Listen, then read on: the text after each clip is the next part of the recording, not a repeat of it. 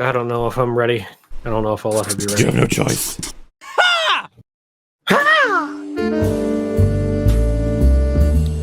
Dude, he's fat. That's racist, dude.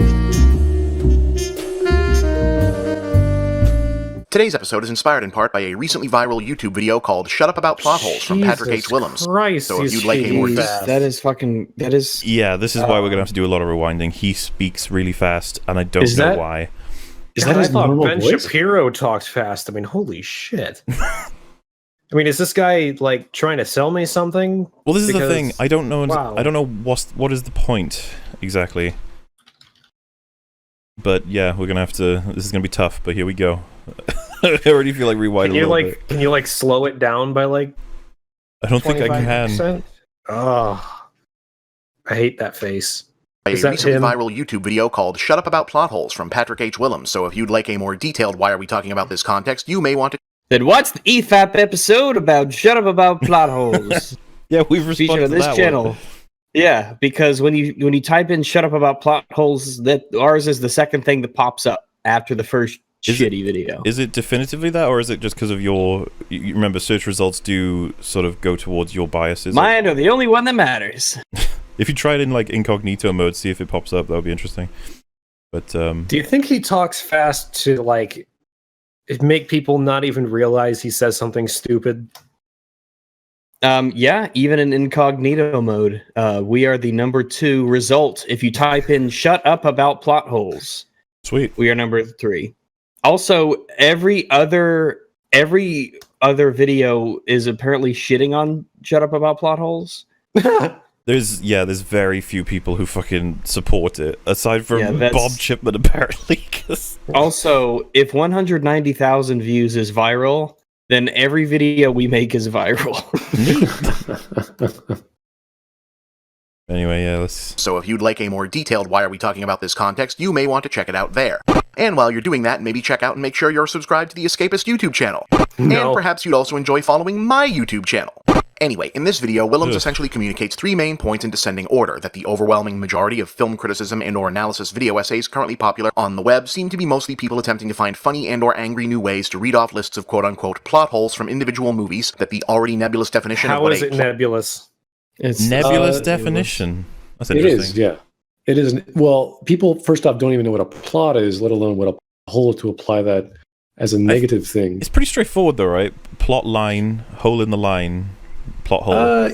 Sure, it depends on what you describe a plot, though, and then what a plot line is, or what a storyline is. I would say most people know what it is, but if you ask them to define it, they might have a hard time doing it. Well, that's what's nebulous, right? Because there's so many definitions, and there's the same way with any literary term, theme, and pacing, that we have a good idea, and that when you say there's a hole, we're saying, yeah, there's a gap in something, whether it's the theme or the character or the motivation or what. Yeah, it's we know something's bad. We just can't quite describe it in the way it's classically used. So I don't really get very liturgical on these sort of ideas, because you feel something's wrong. You can't quite articulate it, but you know there's something off. That's all that really matters. I mean, like, for example, with my videos, if I notice that, Jake Skywalker is doing something and we're being told it's Luke, instead of saying it's a plot hole, I usually say it's a character inconsistency. I'll stick with that 'cause it's much clearer. Because what you'll find, I at least find, with the people who are defending The Last Jedi and several of the films, they usually open with, people don't even know what a plot hole is. And so it's always just like, does that completely undo their complaint? The fact No, that it they may have doesn't. labeled it wrong? This is a shitty thing. It's just not the shitty thing you thought it was. I mean, not even everything that, I mean, me and Muller in our videos of The Last Jedi, not everything we talked about was necessarily a plot hole so much as it was something stupid or inconsistent. Exactly, yeah. But that's what he boils it down to, is a plot hole, because Bob is not a smart person. On a pair of observations I find it very difficult to disagree with, and that both of those adjacent facts have had an overall negative effect on how we as a culture watch films and absorb and retain audiovisual entertainment. I don't agree. I feel like the vast majority of audiences are enjoying films just as they always have.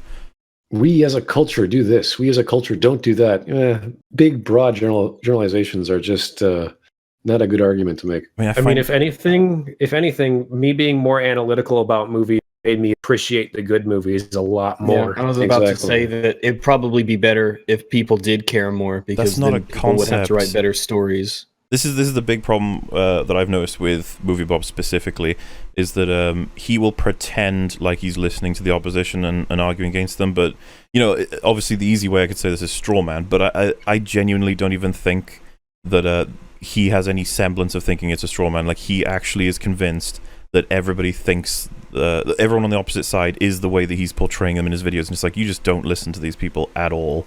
You have no idea what they're actually saying. You're just like, yep, everybody now watches films just to point out plot holes, and this is because of... I mean, I'm not saying he said this, but like a lot of people are like, this is because of CinemaSins, this is because of whoever else. And I'm just like, I still have yet to find someone who says that CinemaSins is a great standard for film criticism. Like, have you found anyone say that? I never heard it.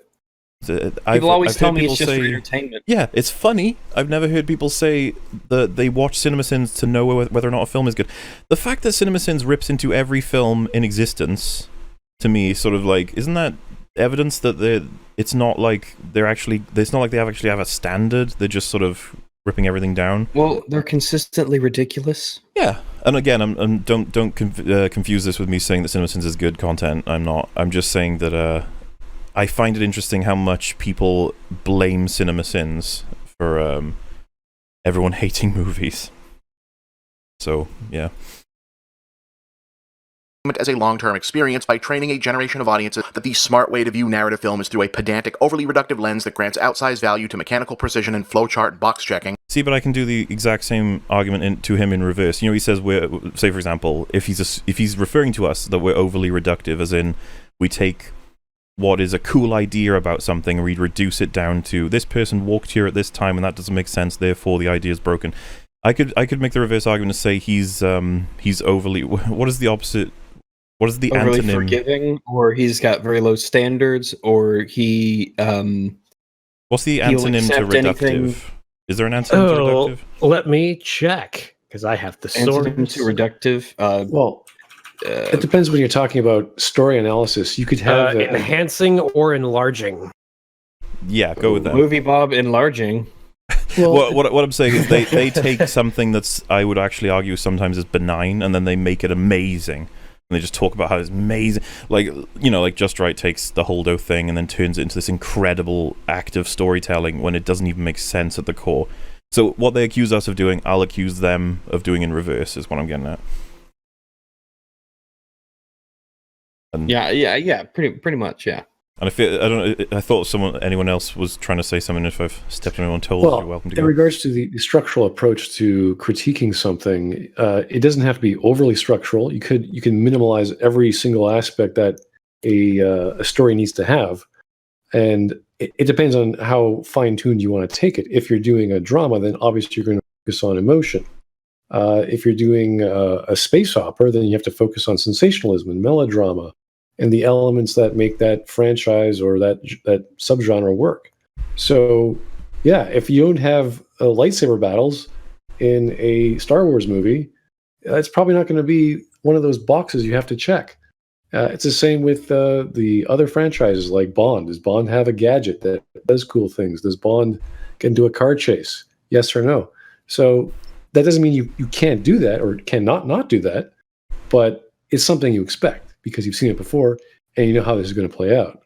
So unless they give you something equally good, like Bond is in a high-speed plane chase, then you're going to be missing out on what you expect. Hey man, we got our space war, we got our battle on Hoth, we got our lightsaber clashed in that flashback with Luke and Kylo. That's enough for you, isn't it? There you go. All those boxes were checked. But yeah, me and Wolf have this criticism a lot that we reduce what value you can get from films, while our counter argument is that we may reduce what value you may get from certain films, but the whole goal is to appreciate the ones that did the good job. As in, we get a few people going, oh hey, I didn't actually realize that was, the case for this film, sort of thing. We'll be like, yay, victory. And the whole point is that we're not supposed to be running a narrative here. We're actually just trying to find what's going on in the writing for each project. Obviously, we'll have our biases. like, let's just say the new Buffy for me and the new Lord of the Rings for Wolf, we're probably both going to be going in pretty much on the side of this is going to be shit compared to what we had before. But we'll still try, and we'll explain it in terms. Wheel of Time. We'll be like, this is the formula, these are the pieces of evidence, and then someone can watch it and be like, okay, you were wrong, you got this wrong, and then we'd be like, oh shit, you know, or we got it right, and even with our biases, we still managed to pull through. But sure, reductive, fine. Importance of theme, characterization, emotional connection, etc.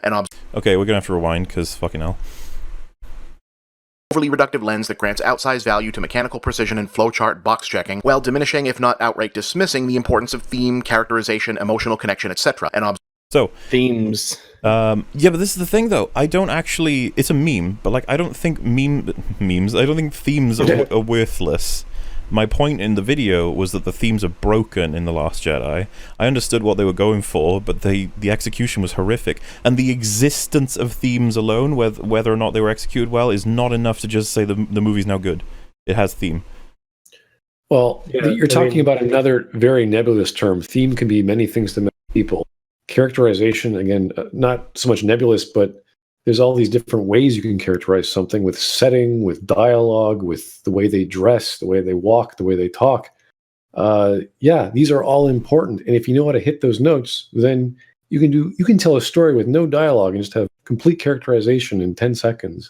But obviously, in context, they're talking about the theme that failure is the greatest teacher, and that all of us can take that away from the movie and realize that when we fall, it is an opportunity for us to, you know, rise in future, which, again, concept-wise, that's fine with me.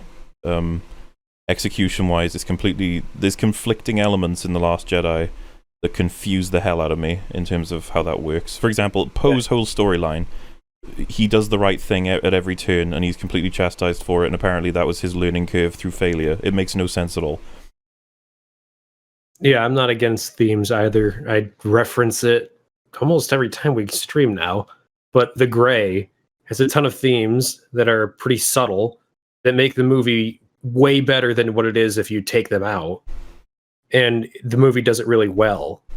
Unlike The Last Jedi, where it gives you all these themes and then gives you just such a horribly contradictory, broken movie that doesn't make any level of logical sense, so that the themes just don't work. Yeah, themes very inconsistent.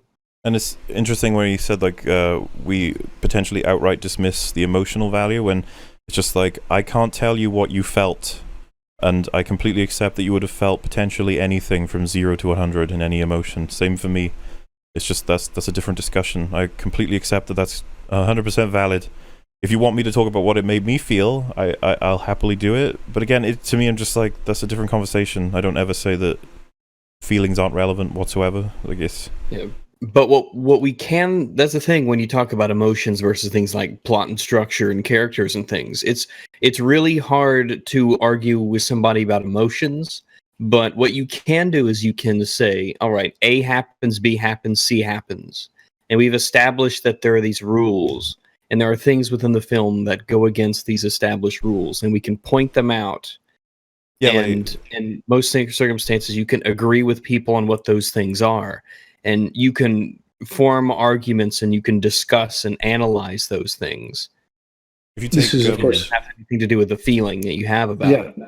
Well, actually, I think you can analyze the feelings or the pathos of a story just as well as you can any other. Well, I would say I don't know. I think that when you look at a more objective criteria, you know, like a plot hole compared to how you felt about, you know, the emotional rise you get out of a scene, then that's far more, I think, worthy of a discussion. Well, to give an example, maybe if this helps clear it up, like Canto Bight, if someone describes it as boring, like definitively, they say like, this is a boring sequence, my brain immediately says like, well, I found it boring, but boring's like, to be bored is something that people feel, therefore you can't know.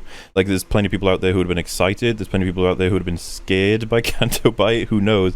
It's really difficult. You can then use objective measurements to try and explain why you felt boredom, as opposed to why everyone will feel boredom. Is kind of the line I suppose we're trying to draw here.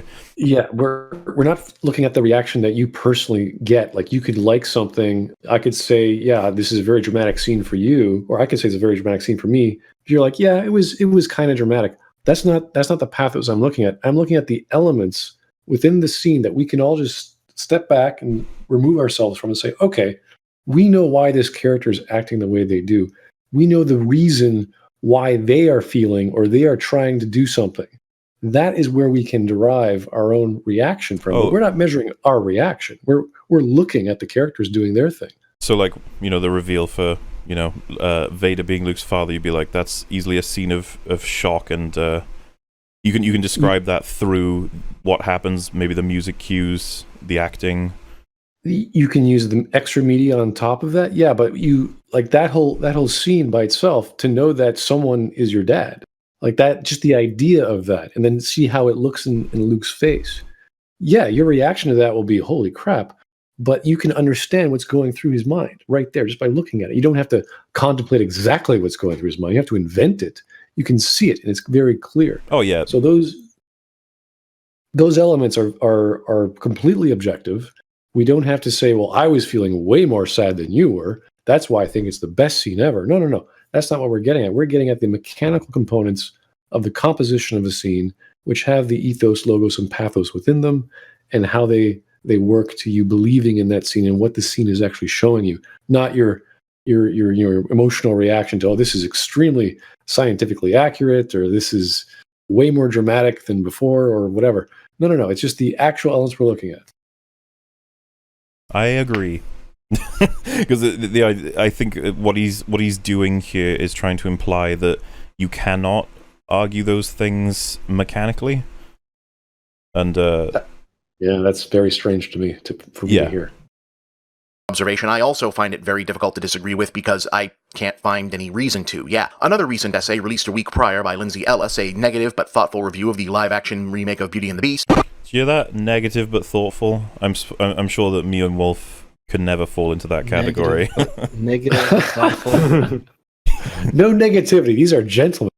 Negative but thoughtful. Also, question: does anybody negative critique is by default not thoughtful? Have you noticed he's been putting up the title and then the YouTube link as if anyone's going to type out that YouTube link as opposed to just the title? Like, maybe it's got a hyperlink or something. If it was on the screen. in the description, that would make sense. Well, you can't have annotations now. I don't think there's any way to actually do that other than the little things that pop up in the top right. But I don't think you can have. Can you have like that many in that amount of time? I don't know. Man, can you imagine like how shitty it must feel to get a shout out from MovieBob? Hey man, Patrick Willems must have felt great because he shouted right back out, I guess.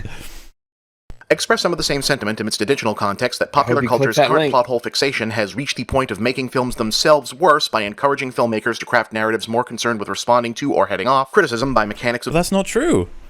The idea that we've gotten so obsessed with mechanical consistency that films are now bad because they're trying to be mechanically consistent, that's not a reality we're in. Yeah, I don't know where he's pulling that from. I'm interested to... I don't know. It's like he's reducing every piece of criticism and he's just putting it into this one box. And we covered it's hard enough to understand what this fucker's saying because he's saying it so fast. We did it last podcast. I seriously have to go back. This year's been pretty bad for logically consistent storytelling. Like, this year's been awful.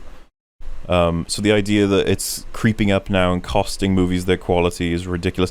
And yeah, that's the false dichotomy that Just Right brought to us, which was if you should be focusing on the emotional resonance rather than logical consistency, ignoring the fact that many people get emotional resonance from logical consistency.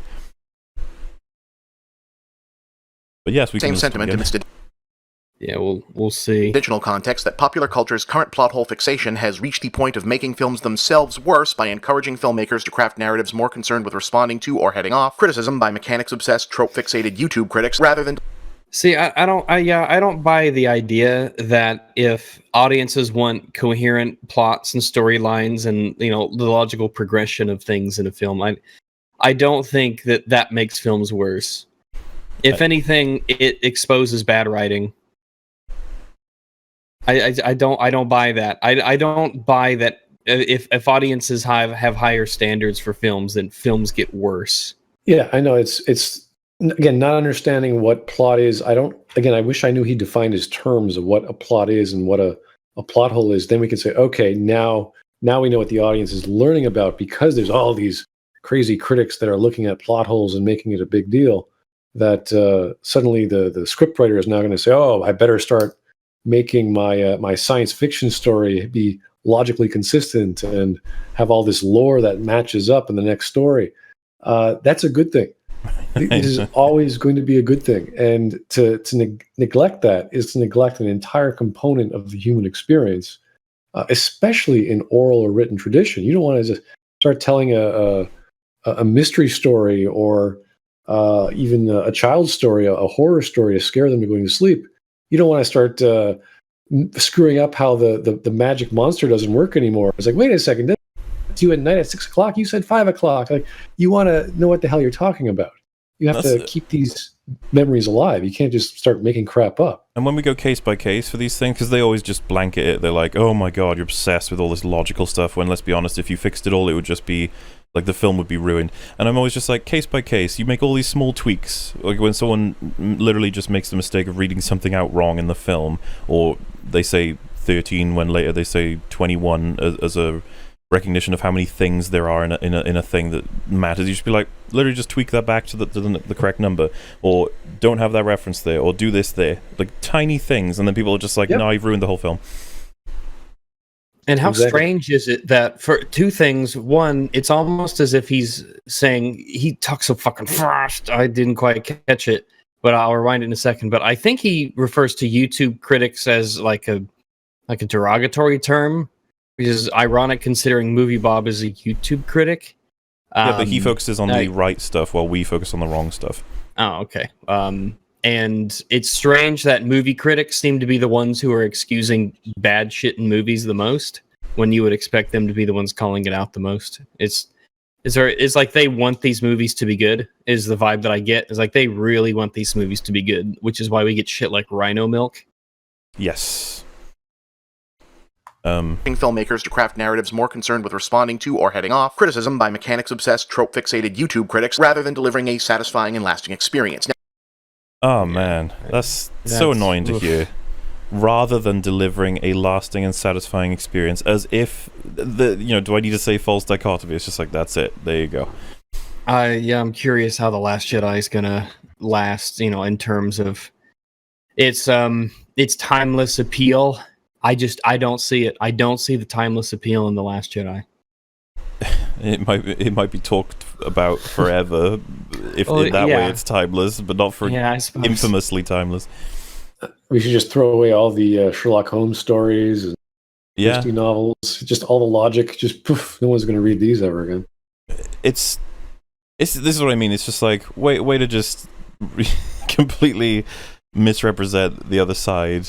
As if, because MovieBob's got videos I've heard, I haven't seen them, apparently in relation to Batman vs Superman. He's got videos where he breaks them down logically, and it's just like, the Just Right had the same problem, where you just show them their own work, show them that it bothered them, and then they're like, yeah, but that's different because reasons. Because this didn't have Star Wars on the cover. Yeah. But yeah, sure. Now, for me, I was just going to say, there's just like that conclusion that it doesn't last with you as much if you make it logically consistent, which, fixated YouTube critics rather than delivering a satisfying and lasting experience. Now, for me, apart from, again, largely agreeing with all of that, the core of the issue does seem to start with the weakening the definition of what a... You see, it's the center of the earth, that's the core. I got it. Also, this editing style is giving me an aneurysm. I don't like it either. I hate it. It's like image. And granted, people might look at this and say, this isn't... we're not criticizing the substance of his what you could stretch and say arguments, but it's just it's annoying to look at. It's like, if I had been doing editing as long as he has been doing editing, I would be like upset with this. I mean, it's genuinely hard to listen to and to look at. I mean, it's so visually unappealing, and on top of that, the fact that he's speaking at like 1,000 words a second. I mean, it's ridiculous. Well, People tell me I gotta take a breath when I'm in my own videos, and I'm like, oh my god, I this can't even must follow be- this guy. I'm not a fan of his style, Awful to edit. but his style's nowhere near as bad as his arguments for me. Like, I get way more distracted by listening to MovieBob, just going like, oh my god, what now? I What? mean, I genuinely have a headache after watching only about a minute of this. So what's interesting is we watched a video, I forget who it was by, but they were talking about things, and then on the screen there was text of different things. And I couldn't really God, Hello Greedo. Yeah, Was it I'm Hello pretty sure it actually was. Yeah, because that was the and- one where he was like complaining about people hating Star Wars, and then he was like, "Oh, you guys, it doesn't matter if Rey's a Mary Sue or not." And it's like one of those tests that they give people where they have a word written out in a color, but they say the color of the word, not what the word says, and the words spell colors, things like that. It was like, I don't know what I'm supposed to what am I supposed to listen to you or read to the different text that you want? You want me to absorb two things at the same time that are different. As I say, MovieBob, man, and it's like I just spent a bunch of money on new art assets and stuff, and I got Vegas, and I'm learning how to do zooms and scrolls and panning and how timing works and all that stuff. And I'm like improving slowly but surely the style and everything. But this is just like, transparent image. And as fast as he talks, it must be. Stop judging him hell on mechanically. earth. Judge him emotionally from how you feel about the I'm content. judging him based off of the other piece of shit things he does. It's just that the editing is, it's hard to. It's almost like if I close my eyes, it's better, but then I have to see the buttons. So Largely agreeing with all of that, the core of the issue does seem to start with the weakening the definition of what a plot hole even is, having devolved from this thing that happened does not make any sense to this thing that happened does not make any sense to me. See, Oh my god, What? yeah, he's just labeled. If you call something a plot hole, then it's just because it doesn't make sense to you. well, it's what I mean, Patrick Willems it's said, if you kinda like- remember. He was It's like the Chris Nolan fanboy. You just didn't understand it. well, remember, Patrick Willems was like, just because you didn't see Bruce Wayne with no money or resources or contacts get to what was essentially a completely guarded Gotham, that's not a plot hole. Montage answers that. No, it doesn't. Since it was not a mon. No, I know. This is what I mean. So he's like, that's not a plot hole. That is an example of you thinking you know what a plot hole means, but you don't. Yeah, and if anything else, all that does is it just kicks the can down the road to it being in a different category of problem. It's like it's not a plot hole; it's just a different problem. Oh, it's frustrating because he's not helping the conversation, is he? What he just did there was essentially just throw an insult. Well, he told you what you think. Yeah, people don't know the definition. Therefore, well, even if they don't know the definition, they know something is wrong with what they saw, and they can't articulate it well enough. And he's being actually mechanical and kind of semantic on this point, which is odd because, again, he doesn't believe in those things. But that's fine. Fine. Teach us how we should use the term or use a different term. Great.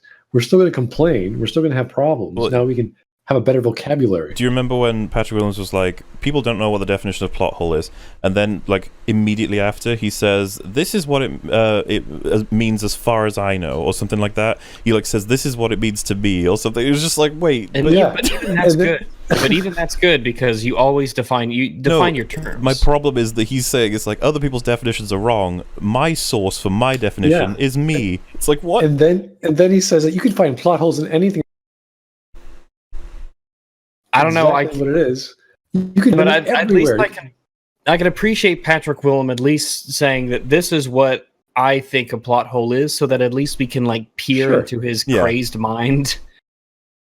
Yeah, Like, I mean, oh, Bob okay. Bob has failed to do that yet, but maybe he does. Who knows? Maybe. Part of the reason plot hole or movie mistake hunting became popular in the video essay world is because it Then feels myth- like an easy shortcut to doing deep and or serious analysis because it lets you do a comprehensive breakdown of a film Okay, Bob, tell me what deep analysis is. I want to know what this movie mistake hunting is. If it's the same thing, if he's saying one or the other, it's like, okay, we can do one or the other just fine. Great, let's do both. Movie mistake hunting is like a super reductive version of criticism. Not to mention, he must. That's not like he's saying that in quotations, right? Because if he's actually saying this is hunting mistakes, it would be like, so they're mistakes. Yeah, Like he must be saying that in quotations because he doesn't consider them actual mistakes. I guess not. Yeah, And again, we, I'm not we sure may as well with give that Bob. another listen because Part of the reason plot hole or movie mistake hunting became popular in the video essay world is because it feels like an easy shortcut to doing deep and or serious analysis. Yeah, my only question is, tell me what deep analysis is then. Yeah. What exactly do you want us to do? He hasn't told us what plot hole is yet either, but we'll just keep adding these to the ticker. Are you going to be the one to decide what's legitimate criticism and what isn't legitimate criticism, Bob? I know that Bob is he's the perfect person. He's the perfect authoritarian who would say, I'm going to be the one who decides what is and isn't criticism and what is and isn't a plot hole. Not to pick at it, but this guy, he's got the date wrong as well. Avengers Infinity War 2017. Oh. Damn, Bob. Gotta get that research done. That's a plot hole. If maybe if you spent less time looking for transparent JPEGs. Oh, someone said it in show chat. Up on the screen for a third of a second. Someone actually said literally that in chat. I feel bad now. Anyway. It's because it lets you do a comprehensive breakdown of a film without the hard parts of having to establish a thesis or arrive at a unifying ultimate point. A thesis or a unifying alternate point? Why do we need a thesis to make observations? Yeah, I'm not sure. Again, I'd love him to develop that, because what is he looking for us to establish at the beginning in terms of a thesis when judging a movie? That we are here today to define whether or not this was constructed well by the standard of, and then provide references? Is that the kind of thing he's looking for, or is he looking for something much more simple? Now, I haven't taken a writing class in a long time because, I got a job. But isn't a thesis at the beginning that basically makes your position clear from the start? So if you're making a movie criticism, like, it almost feels like you shouldn't have one, that you should end with something like that. You shouldn't. I don't know. Well, he's treating the video like it's an essay. Like when I do my plot analyses, I'm not doing an essay format. I'm just saying this is what happened, this is what happens, and this is what happens. During that time, things could have been told well, or told poorly, or told absolutely horribly wrong. That's it. It's like driving your car. There were potholes on the road, and I hit 10 of them, and it was really bad. And that's it. Just correct me if I'm wrong, because again, I always look for definitions of words just to clarify. But the second definition of thesis, according to Google, is a long essay or dissertation involving personal research written by a candidate for a university degree. Sure. So, could we extrapolate that literally just writing an essay about a movie is automatically a thesis? A statement doing it in the essay style. Well, the first definition is a statement or theory that is put forward as a premise to be maintained or proved. So, if my premise was The Last Jedi is bad, and then I move on to explain plot holes and other things, that's your thesis. Would be that The Last Jedi, you think? Correct me if I'm wrong, but most videos deconstructing The Last Jedi open with that statement. Most of them say, this film is bad, let me move. So, he's wrong on the thesis part. What was the other? I just want to hear what the other thing was. It's because it lets you do a comprehensive breakdown of a film without the hard parts of having to establish a thesis or arrive at a unifying ultimate point. Wait a second. MovieBob does the real work. You don't need to do any of that. All you're doing is watching the movie or playing the game or listening to the music and going, hey, I don't even know what is wrong. Something feels wrong. Something doesn't sound right. I don't know what the feeling is I'm getting, but there's some inconsistency with what I just experienced. That's all you have to do. I think what these people want to do is they want to try and elevate what they do to this really, really high kind of pedestal. Maybe that's because I get that impression from these people that what they do is some kind of some holy thing, some extremely high refined art form. And I'm not saying it can't be. It's just that they have to elevate everything they do to this level, even when it makes it seem, I don't know, pretentious and unnecessary. Speaking of pretentious and unnecessary, can anyone tell me what a unifying alternate point is? I can Google it. Well, okay. When we do critical analysis, the whole point, for me at least, is to find meaning in whatever we're looking at. So we try to find the meaning of a scene, which might be broken, or it might be hidden then that's the process we have to develop. We have to go through. We have to read it. We have to watch it. We have to think about it. We have to come back to it. So if there isn't any meaning, we say, hey, here, this is a flaccid piece of nothing.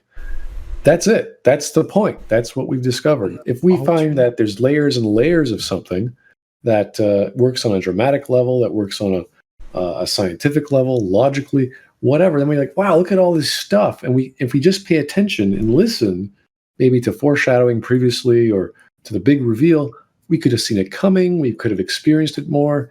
We could have appreciated the writer's work more.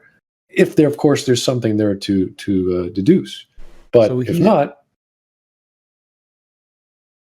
he said alternate unifying point. Unifying alternate point was the order. Unifying alternate. Could I suggest? Is he trying to say that you go with the thesis or premise that Last Jedi is bad, and then you go through all the elements and you basically start stacking up all the good things, like as you progress, almost like that's your narrative, and then the unifying alternate point would be that the Last Jedi is actually great. Would that be what he means by that? I wish I could say. I don't know exactly. Okay. I don't know what he means by alternate unifying thing. It sounds like he wants to teach a course in short story writing or something like that. And it's one of those really weird electives you take at university that no one really wants to go to, and you're like, oh, this guy, he's got some deep meaning behind. He's definitely saying words. I'll give him that. He's saying words here. Words are being spoken. Many of them very quickly. But I don't know what it means. Comprehensive breakdown of a film without the hard parts of having to establish a thesis or arrive at a unifying ultimate point. Because no, this thing you thought was good actually has several imperfections, and therefore you are wrong, and it's not good does not count as a point. Why not? Why? But pointing out errors to something that contradict your thesis, I don't see why that wouldn't. Are we actually going to be arguing over what the definition of a point is now? Like, really? If someone says The Last Jedi is good in terms of filmmaking and consistent writing, and then I present them all these pieces of evidence and I say, you are wrong, I would have made my point. It's too generic to say what good means. If he can define a scene or a good composition or a good, like the purpose of the story is X, and therefore it did X, then you could say, great, okay, it accomplished its goal. It did it in a horribly broken way, but it still accomplished its goal. Then sure, it's great. It's a great film. It did exactly what it set out to do. Its premise was maintained. It achieved it. Great. But is that what we're going for? I don't think so. I think we're going for the entire package, looking at the entire experience, and we're seeing any drama. We're seeing any logical. We're seeing any enthusiastic aspect that we wanted to see. Like, oh, we were waiting to see this fight scene, and it came, and we got it, and we're so satisfied. Is that the subjective thing we're looking for? I don't know. What's he talking about here? And to clarify, he just said that, so you have person A saying the film's great, person B saying, here's evidence, you're wrong, and he's saying, that's not a point, and if you think it is, you're wrong. And it's like, well, MovieBob, did you just not make a point? Like, how far does this go? Can we just say nothing is a point now? The more he talks, the more I get the impression that it's just he's trying to set it up as, well, when I make the point, then it's this grandiose, underlying, thematic, substantive, gobbledygook, whatever you want to call it, and it's deeper and it transcends all of the points that you make. Maybe. I mean, but that's kind of strange because you don't want to supersede other meaning you've discovered unless it's part of it. It's like a secondary aspect of the main component. Also, then sign of a great video. Sorry, I'll let you continue. I was just going to say, sign of a great video that we spend this long figuring out what he's trying to say first. Exactly. A lot of this is interpretation. Like, maybe we're completely wrong because we have no idea what he's saying. Because, like, I still, like, what is alternative unifying point? I don't know. Yeah, I mean, I am genuinely serious when I say that I have a headache, and it's hard for me to even pay attention to this video at this point. Just close your eyes. You want to keep running. That's what I've been doing. I've just had like my head in my hand, and I'm just like, oh, go get a painkiller, dude. Do you want to just run through it so you don't have to spend so much time analyzing this thing? But there's so much that we don't Oh, know. that's what we do. That's the thing we do. This fucking podcast is called Every Frame a Pause. Because this is what we deal with. Also, I did interrupt you, by the way, if you wanted to make a point about before I said that this video makes no sense, by the way. Let's just keep going. We're good. Yeah, okay. Imperfections, and therefore you are wrong and it's not good does not count as a point. But even easier than that is being able to pad out your list of problems with things that only feel mistaken, logically inconsistent, confusing, or dumb to you, rather than take the due diligence and frankly healthy degree of introspection to check and see whether you're... This is so fucking pretentious. I agree with him, though. But he's saying this is a counter to Last Jedi haters, you know? Like you know the idea that someone says, oh, The Last Jedi sucks because I hated what they did with Han Solo in it. You'd be like, he wasn't in the film. And then they go, yeah, he was. And you're like, no, you've gotten that wrong. Right? That's great when you actually tell somebody to check their references, as he's implying right here. But the problem is he's just lumped those people in with people complaining about The Last Jedi, as if The Last Jedi doesn't have problems. It's like he's arguing, our subjective analysis is going to be wrong for whatever reasons. Let's find out what he thinks is actually right. But he's instantly assuming that you're wrong if you take the other position. Well, I suppose so, but it's almost he won't give benefit of the doubt, and he won't even entertain the idea. It's just this. It's only in the most broadest sense of what he's saying is it true, but it's very obvious by the way that he's phrasing it and based on what he said previously in this video that he's absolutely looking down on the people who would disagree about this kind of thing. Yeah, and why not provide counter arguments to these references instead of simply saying, yeah, you've got it wrong. But like I said, in concept, I agree with him. If people are saying there are problems where they've simply got bad information, that's fine. My problem is the context in which he's presented this. He's implying that people who look for plot holes typically get it wrong and that they're not actually plot holes at all, with no references. At least Patrick actually gave references. They were bad references, but he gave references. They were shit, yeah, but they existed. Perception is actually correct, but while I'm inclined to agree that the way it encourages us to prioritize plot mechanics and structure over theme and impact is a much more damaging aspect, that's where... Impact. See, we're here again. Impact, implying... Well, I liked how he said that we put plot and whatever above theme. It's like, you have to put it above theme. We have to have plot first. Yeah. Once you have plot, everything else comes from it. That's how it works. I would say that if you're making a movie and if you're a director and you make a movie that has solid plot, characters, all that good stuff, and you don't think about theme, you have no concept of theme, you don't make the movie intending for people to get a theme from it, people will still get a theme from it. Themes are that malleable. They're nebulous and out there that even if you don't put a theme in your film, there will be a theme in your film that people will draw from it. Right. And in this case, he has to define what's so important about theme, because if he doesn't do that, we're like, oh, we should pay attention to theme. Okay, Bob, what is that? He's asserted that themes are extremely important. And I'm like, Okay. I like me a good theme. I prefer not to invent one and its consistent element with in reference to the plot or the characters to cover up a film's horrific writing, but there we are. This whole thing jumps from obsessive nitpicking for its own sake is shallow to the point of meaningless as an act of film criticism to, oh my god, stop it, you are literally murdering the concept of culture. I feel like an Okay, whoa, what? What? Let's do that again. Because what? That's where this whole thing jumps from obsessive nitpicking for its own sake is shallow to the point of meaningless as an act of film criticism to, oh my god, stop it, you are literally murdering the concept of culture. So it goes from you nitpick so much that you're actually hurting culture. I don't think those were two extremes. Those were two negative sides. Well, I think that's what he's saying. It starts as nitpickery and it moves into actual damage to culture. Well, that's why criticism of Black Panther eventually leads to the white ethno state. Not to mention, since CinemaSins, culture has just taken a dive. CinemaSins ruined everything. We used to have good movies, but now we only have movies that pay attention to logical consistency. That's a thing that happened. Curse you, CinemaSins, for doing that. How awful of you. I can't, I wonder if you'll qualify this, because that is a crazy statement, but again, MovieBob, so... Oh my god, stop it, you are literally murdering the concept of culture. I feel like an under-discussed aspect is also how the otherwise neutrally malnutritious fact... I'm already gonna have to. I'm already gonna have to listen to that again. Yeah, I didn't follow that at all. He just speaks so fast and jumps from one thing to another so quickly. It's borderline impossible. He's to making it this video. Impossible for us to we have to turn his video from 9 minutes into something just to hear him.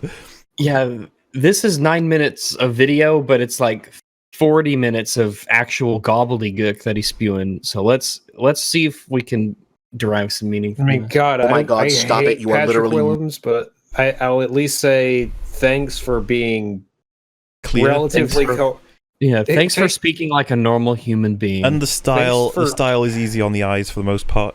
Patrick Willems. Yeah, thanks for at least almost being coherent. Film criticism to, oh my god, stop it, you are literally murdering the concept of culture. Neutrally malnutritious. Oh wait, I didn't hear it. Let me play it one more time. Okay, murdering the concept of culture. I feel like an under-discussed aspect is also how the otherwise neutrally malnutritious fact of plot hole recitation masquerading as substantive critique gets weaponized to make the subjective opinion. Fuck, dude, no. Okay, so what he's saying is that he doesn't like people who point out plot holes. That's all he's saying. That's basically, yeah. He's saying that pointing out plot holes is essentially like it's a cheap way to subjectively say you don't like something, even if you can objectively point out an objective error with the film. Yeah, there's no value to it. For which those exist, everyone, by the way. I have never seen such a ridiculous example of word salad in my life. I mean, I legit did not understand it. I've listened to it 3 times now. This is insane. It's unnecessarily bombastic and quick for no reason aside from he wants to be. It's like if you compare all the nonsense allegories from a Razor Fist video with just some rambling bullshit from a Jordan Peterson video, and then amplified it by like 150, and you get it is over extravagantly loquacious. I see what you did there, Rex. Isaac, just talk like a normal person. It's insane. Talk like a normal person to people. What happened to simple concepts? Well, even complex concepts. Explain it in the simple terms, man. Why do you need these crazy words and then say them really because fast? He never actually took a creative writing course, so. Well, that's just creative writing is just fucking nitpick or something. I feel like an under-discussed aspect is also how the otherwise neutrally malnutritious fact of plot hole recitation masquerading as substantive critique gets weaponized to make the subjective opinion sound like objective fact. For good or ill. Okay, with that ending bit, I'm just going to take that as people have feelings and they use plot holes to define their feelings as factual experiences for everybody. And I'm not concerned with the way they feel about them so much as, is the plot hole that they mentioned a plot hole? Exactly. That's usually all of our work is usually, can you just accept that it exists? I don't care how you feel about it. Yes. Yeah, that's not how the plot works, unfortunately. Yeah, essentially, we can both agree that a plot hole exists in the film, it's okay if you like the film. But can we agree that the thing we're pointing out, this thing in the film that we can both point to at, XX times, such character does such, or event happens. Can we at least agree on that? And you can like it if you want, but let's just come to agreement that the thing, is what it is. Yeah, and this is the thing. I would partially actually use what he just said. I would use as an argument against people like Just Right. I would say that they really enjoyed the film, and so they've invented or completely shifted the narrative or the reality of the film in order to argue that it's got an incredible construction.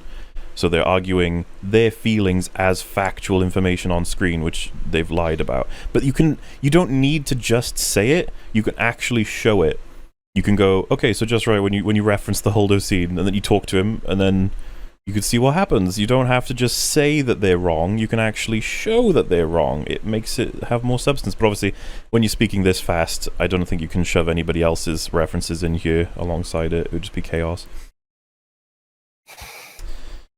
Oh dear. Good or ill, the overriding concern here is, after all, less movie reviews, video essays, criticism, whatever, as entities in and of themselves than their function as rhetorical ammunition in debate and discussion. I fail to understand. Worth remembering is that nerd culture emerges from the field of academia, engineering, technology, mathematics, the hard sciences, etc. I'll say this, though. Donald Duck in Mathemagical Land was amazing. For those of you who haven't seen it. Did you know that nerd culture involves math and science and technology, but cartoons and colors and shapes and visual cues and audio cues? No, it's all the sciences, all the stem cells. I guess we'll find out. In debate and discussion. I fail to understand. Worth remembering is that nerd culture emerges from the field of academia, engineering, technology, mathematics, the hard sciences, etc., where academic debates have clear parameters and empirical conclusions, and geek culture is, when you get right down to it, nerdiness, but for fake things. Oh, give me a break. Come on. So there's no standards, there's no empirical data in any way for scripts, writing, anything.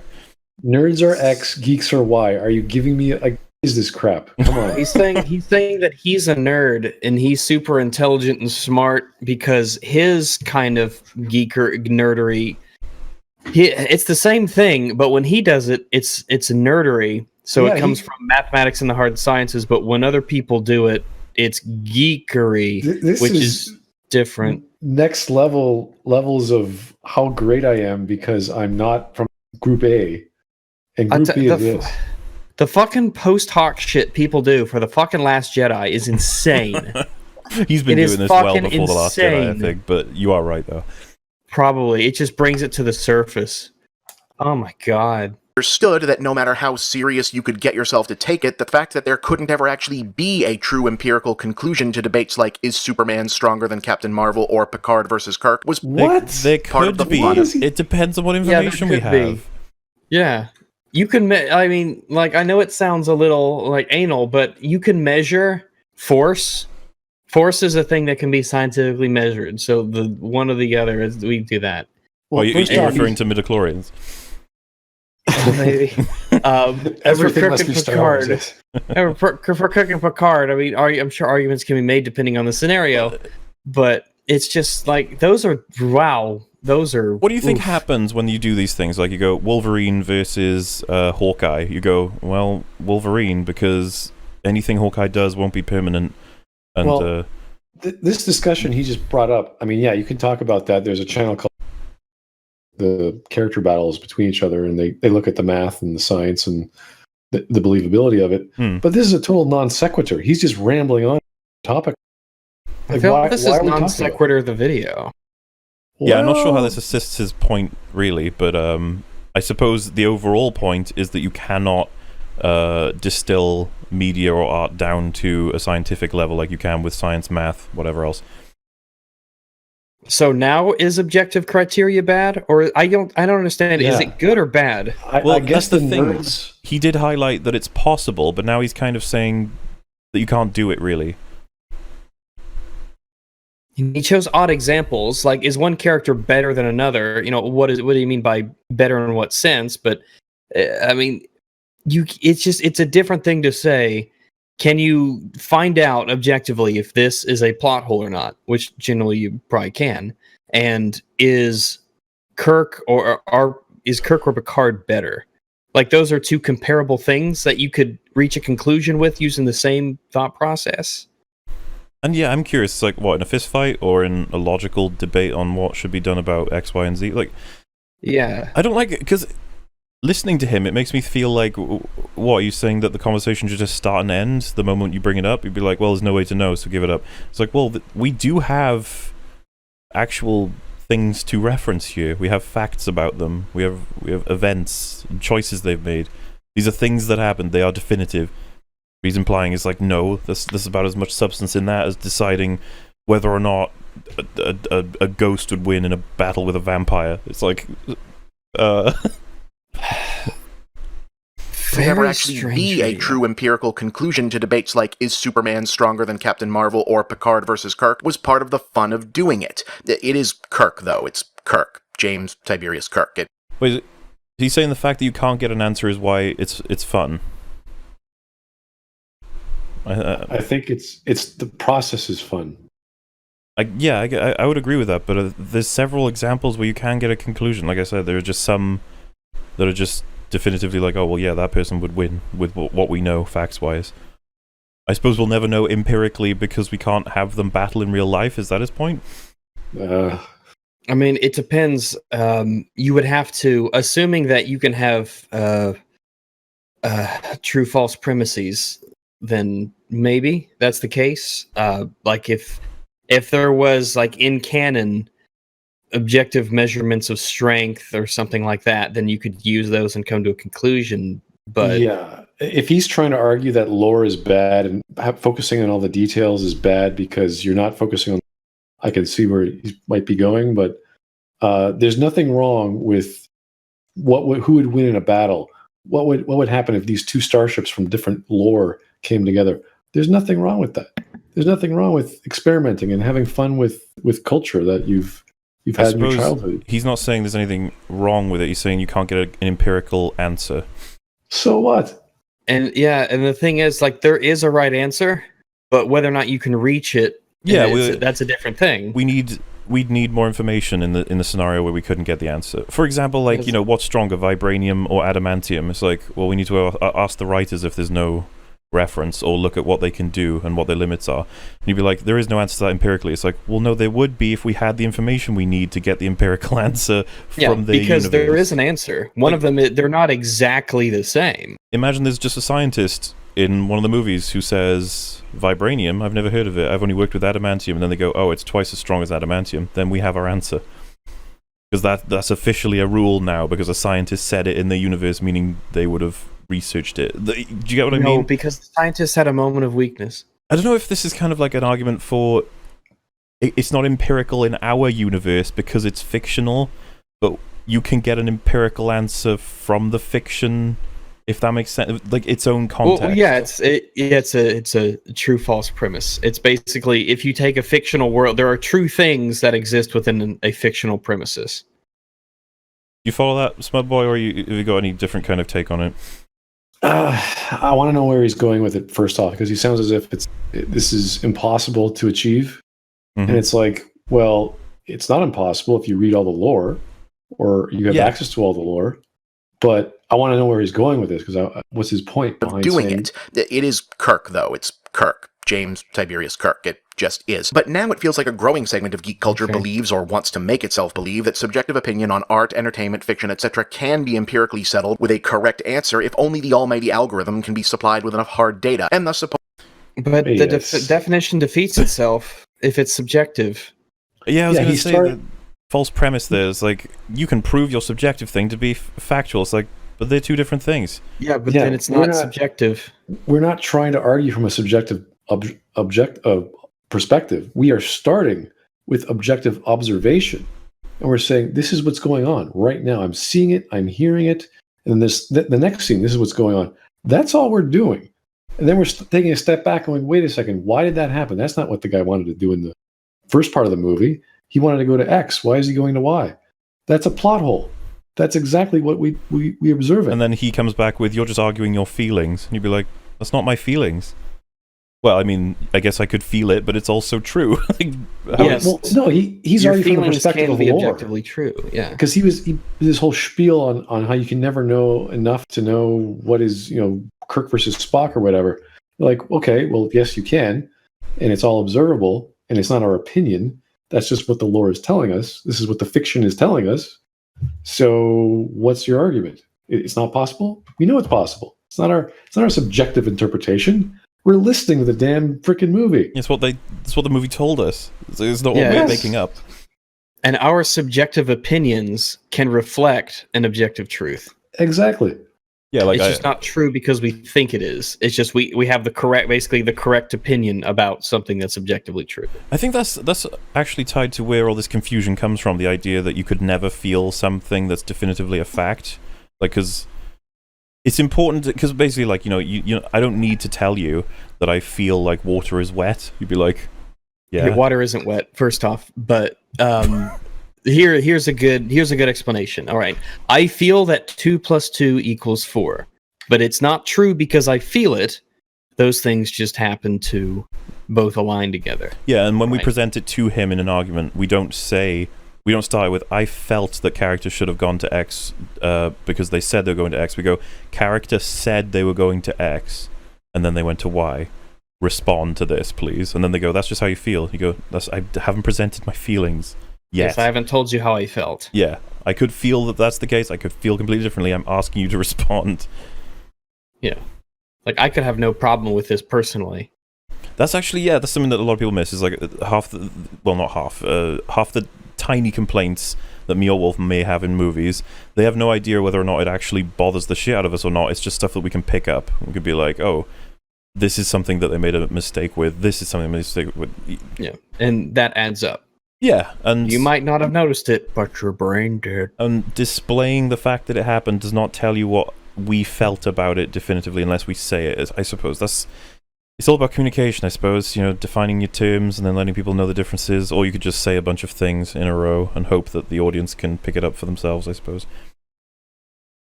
Supposedly empirical data points like X number of plot holes, or over in the land of video games, polygon counts, rendering speeds, CPU schematics, etc. are granted outsized credence over the macro questions of overall experience and how did the story... That's two different conversations, though. Yeah, those are two.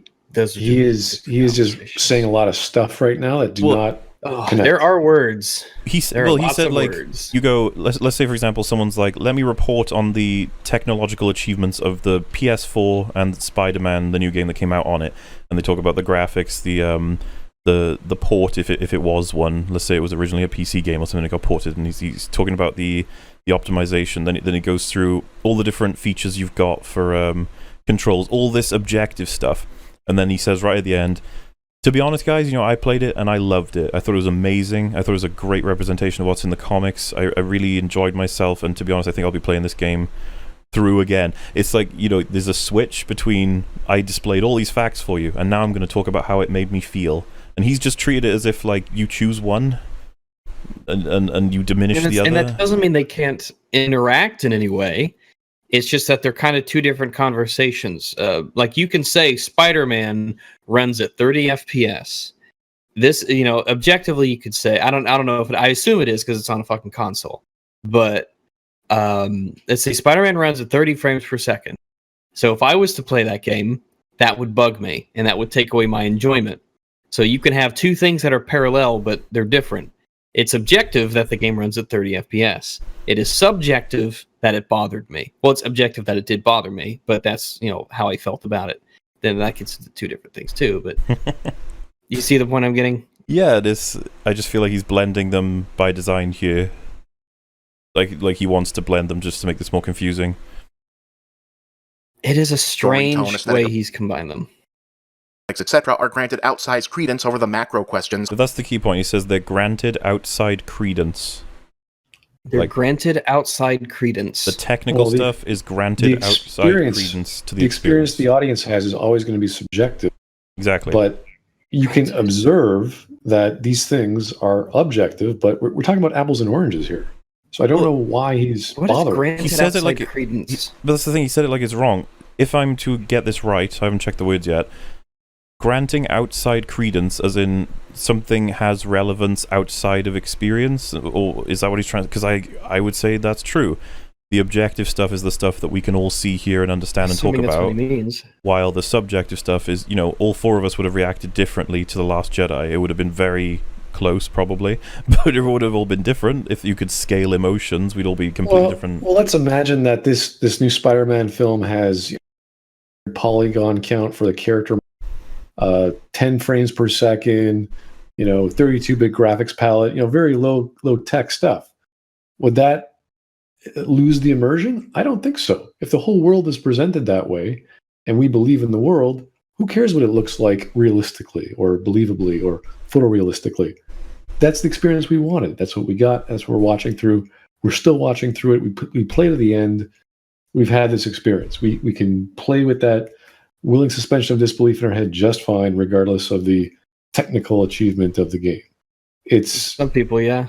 I don't know. It's just one of those things where if you say, hey, this game runs at 10 frames per second, and that's objective, and some people can say, I'm fine with that, and most people would probably say, this is unplayable. I can't play this game like that. But those are two different things that are running side by side to each other. Yeah. And the key is being able to identify one. Does it pull you out of the experience? Yes or no? And that's for everybody to say, isn't it? Sure. Everyone has a different reaction. Because he said, granted outside credence. To me, I'm just like, it should be. They're separate things. You can obviously say that the reason you felt bored in Canto Bight was because you weren't interested in any of the things that were going on there. Like that, you try to explain your feelings with as many facts as you can gather to try and correlate, but again, there's a line drawn between the things that actually happen and are there versus how you felt about them. And outside credence, I'm not entirely sure what he's trying to say there, but yes, they should be separated because they are separate. Simple as that. Of overall experience and how did the story, tone, aesthetic affect you on an emotional or visceral level. And that awkwardly askew prioritizing leaves a lot of room open for plot hole dumps, being at least ostensibly lists of matter-of-fact. Feelings are for SJWs? He tried to tie in some sort of subjective interpretation, then to say that because it's subjective, and then we throw in our interpretation of what a plot hole is, or making observations of plot hole, that this is somehow bad. Like, what do you? Also, as Rag just said, feelings are for SJWs. It's like that's a pretty Titanic straw man. MovieBob. I've never heard any anti-SJW say you shouldn't feel things. How do we respond to that one? It's like, we value feelings, sir. I can assure you, feelings are important. Yeah, it's very strange. Honestly, that was a lot of gibberish. Yes. And we should just keep going. Yeah. Rendering speed, CPU schematics, etc. are granted outsized credence over the macro questions of overall experience and how did the story, tone, aesthetic affect you on an emotional or visceral level. And that awkwardly askew prioritizing leaves a lot of room open for plot hole dumps, being at least ostensibly lists of matter-of-fact observation, to be undeservedly held up as determinant of a work being seriously flawed for want of more substantial criticism. Okay. Oh, Now it makes sense. Now he's saying, there's this whole wonderful emotional experience, but then there's also this mental, logical, observational experience, and they're in conflict with each other, and we can't have. It's like, okay, it's like if they're in conflict to you, I guess. Yeah. But man, that's a shame, man. I'm like, all right, but man, what a fucking shame. Yeah, it's like Patrick just lost his left hemisphere again. It's the same condition. It's like, logic? What's that? I don't want logic in my stories. Why would you do that? I hate this idea that logic is the enemy to emotion. It's like, yeah, man. To me, they go hand in hand so well because, man, I watched The Witch earlier this week, and I really, really liked it in part because of how, like, logically the characters behave within their own, worldview, right? Like, what they were doing was logical to them. And so that really helped to draw me into the story, and I enjoyed it a lot more because of that. If they were doing things that to themselves at least made absolutely no sense, then it would really, really take away from the story, especially because it's basically, here are characters, plot occurs. But man, I feel maybe genuine pity for people who think that logic is the enemy of media. They don't understand what plot actually is. If I could put it in a different way, think of plot as feeling with logic. It's like, I want something. I want to do something. I want to achieve something. And I'm going to go and get that thing. Now, that thing you can call X. I'm going to go from A to X. That's a logical association. A implies X, or A implies going to X. That's it. That's the plot. That's as simple as it can get. A plot is what A plot is what ought to happen. The goal of a plot is what ought to happen, yes. But the actual plot is just basically desire. What? It's your emotion for something, to do something, whatever. It's motivation. And logic just says, oh, the character wanted to pick a flower?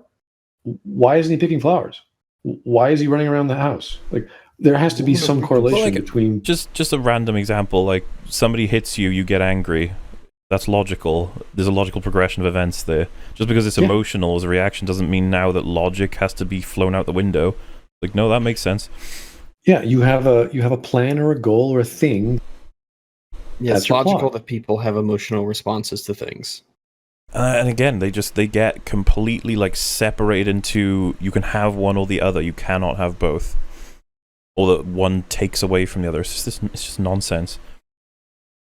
You want to prove that a movie you hate is objectively the worst thing ever, but you don't want to sweat having to put your own subjective opinion thereof up for scrutiny. I've never heard that. What is he talking about? He's just separated it himself. What does he think objective means?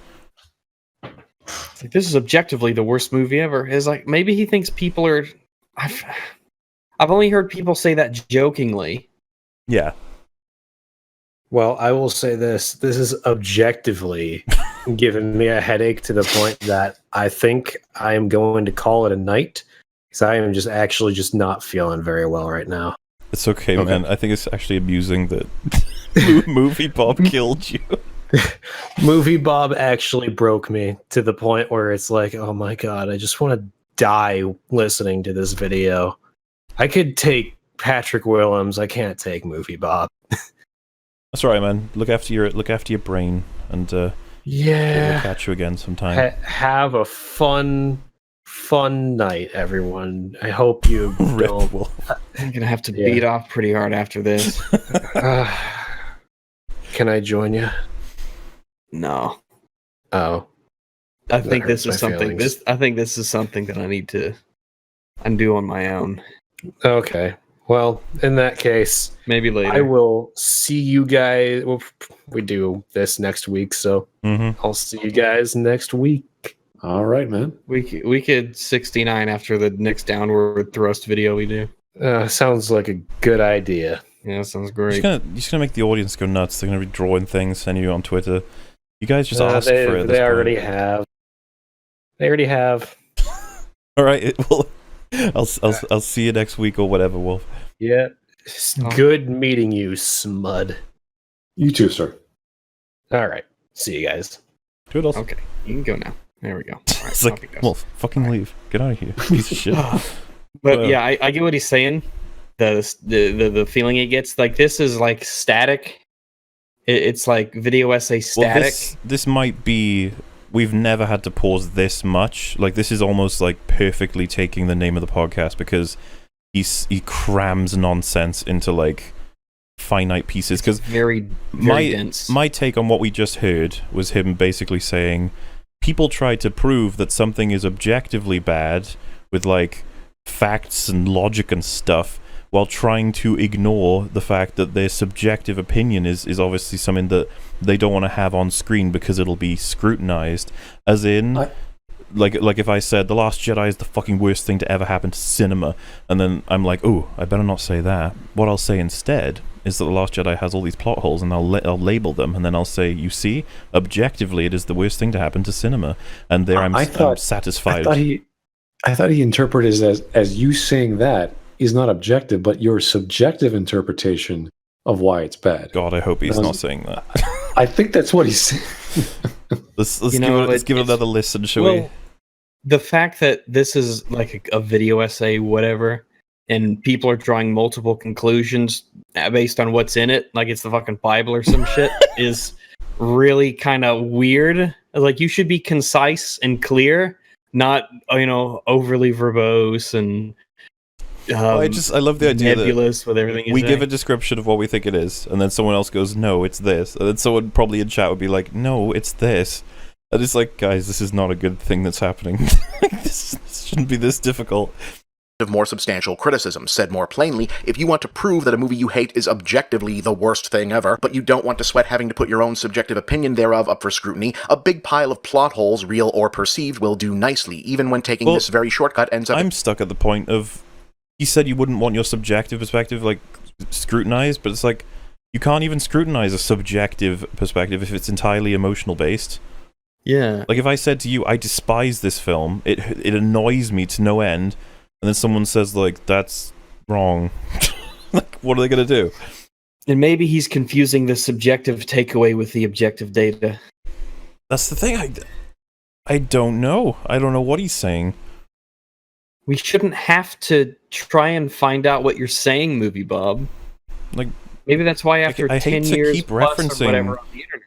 I hate to keep referencing Patrick Willems as being a superior essayist, but I can understand what Patrick Willems was saying. It was bad, but it made more sense. Patrick is just a child, but MovieBob is a child trying not to be one. Well, He's a child acting like an adult. It's trying to. It's as many of, including us, and I think Chav said, it's just like he swallowed a thesaurus and he's just vomiting up random words all in a row, and just like, oh god.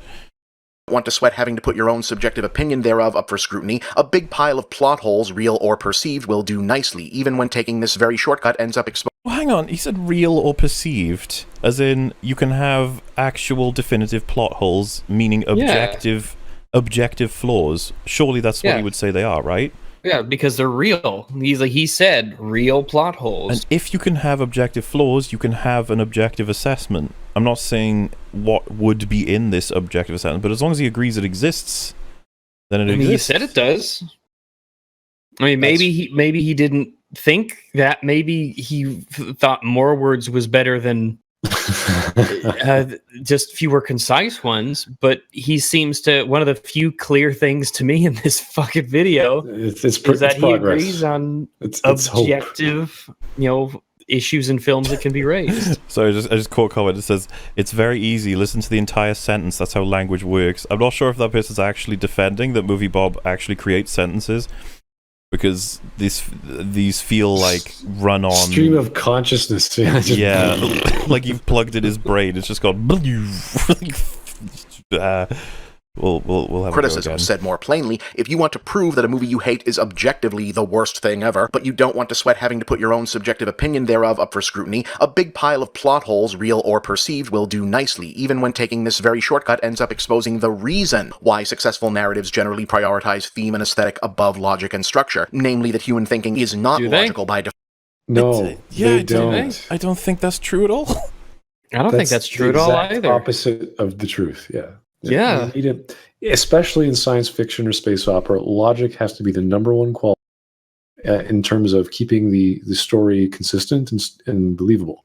So if you don't have rock solid logic of the lore, of the character motivations, of the science and tech or mysticism or fantasy, whatever it is, your story falls apart.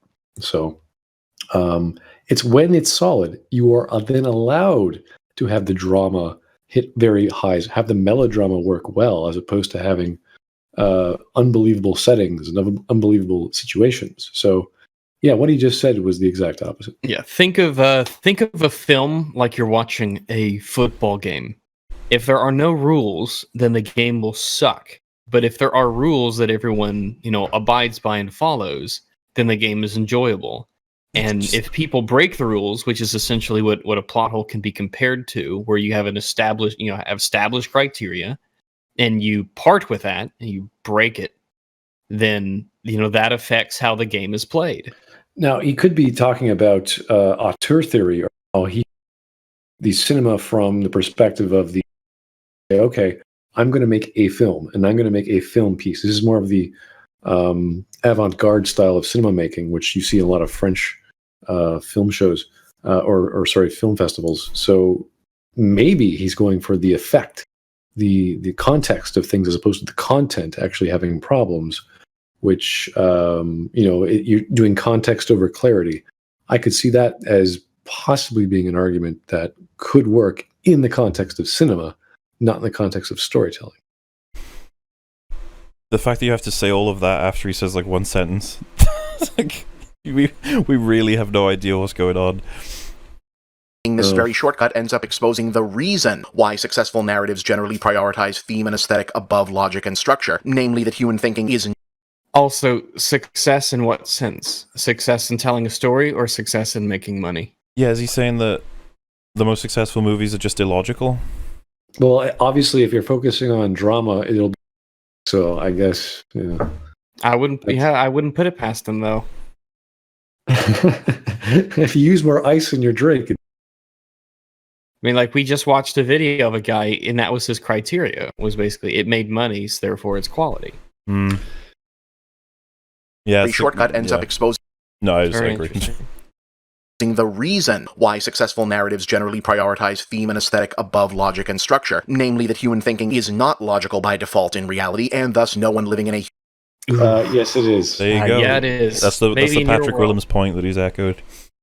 Humans beings are logical. We're not perfect, obviously, but we do operate logically. Yeah, Yeah. I feel like there's this difference between irrational and illogical, as in we do a thing that to the outside world is like, why would you do that? But then we have our own logic in the Well, head that functions. Yeah, I'll use The Witch as an example again. We see, for those of you who don't know, it's a story about a bunch of basically very, bunch of Puritans, and they're super, super religious, and they see the world through that lens in almost every aspect. To them, that is logical. To us, it is not. Like, everything they do is through the context of, the Bible and God and, Satan and salvation. That's how they view the world. And so as a result, all of their actions logically are in step with that.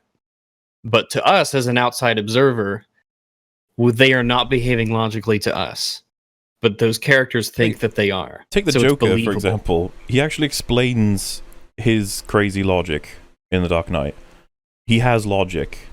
It's just that I guess you could call it broken. It's the same for Thanos. He explains himself. He has his logical progression of, I do this because of this, and you can draw like emotional events or experiences that color these decisions that have given them this sense of logic. It's like bad information. For example, that planet that got saved because Thanos culled half of the people on it.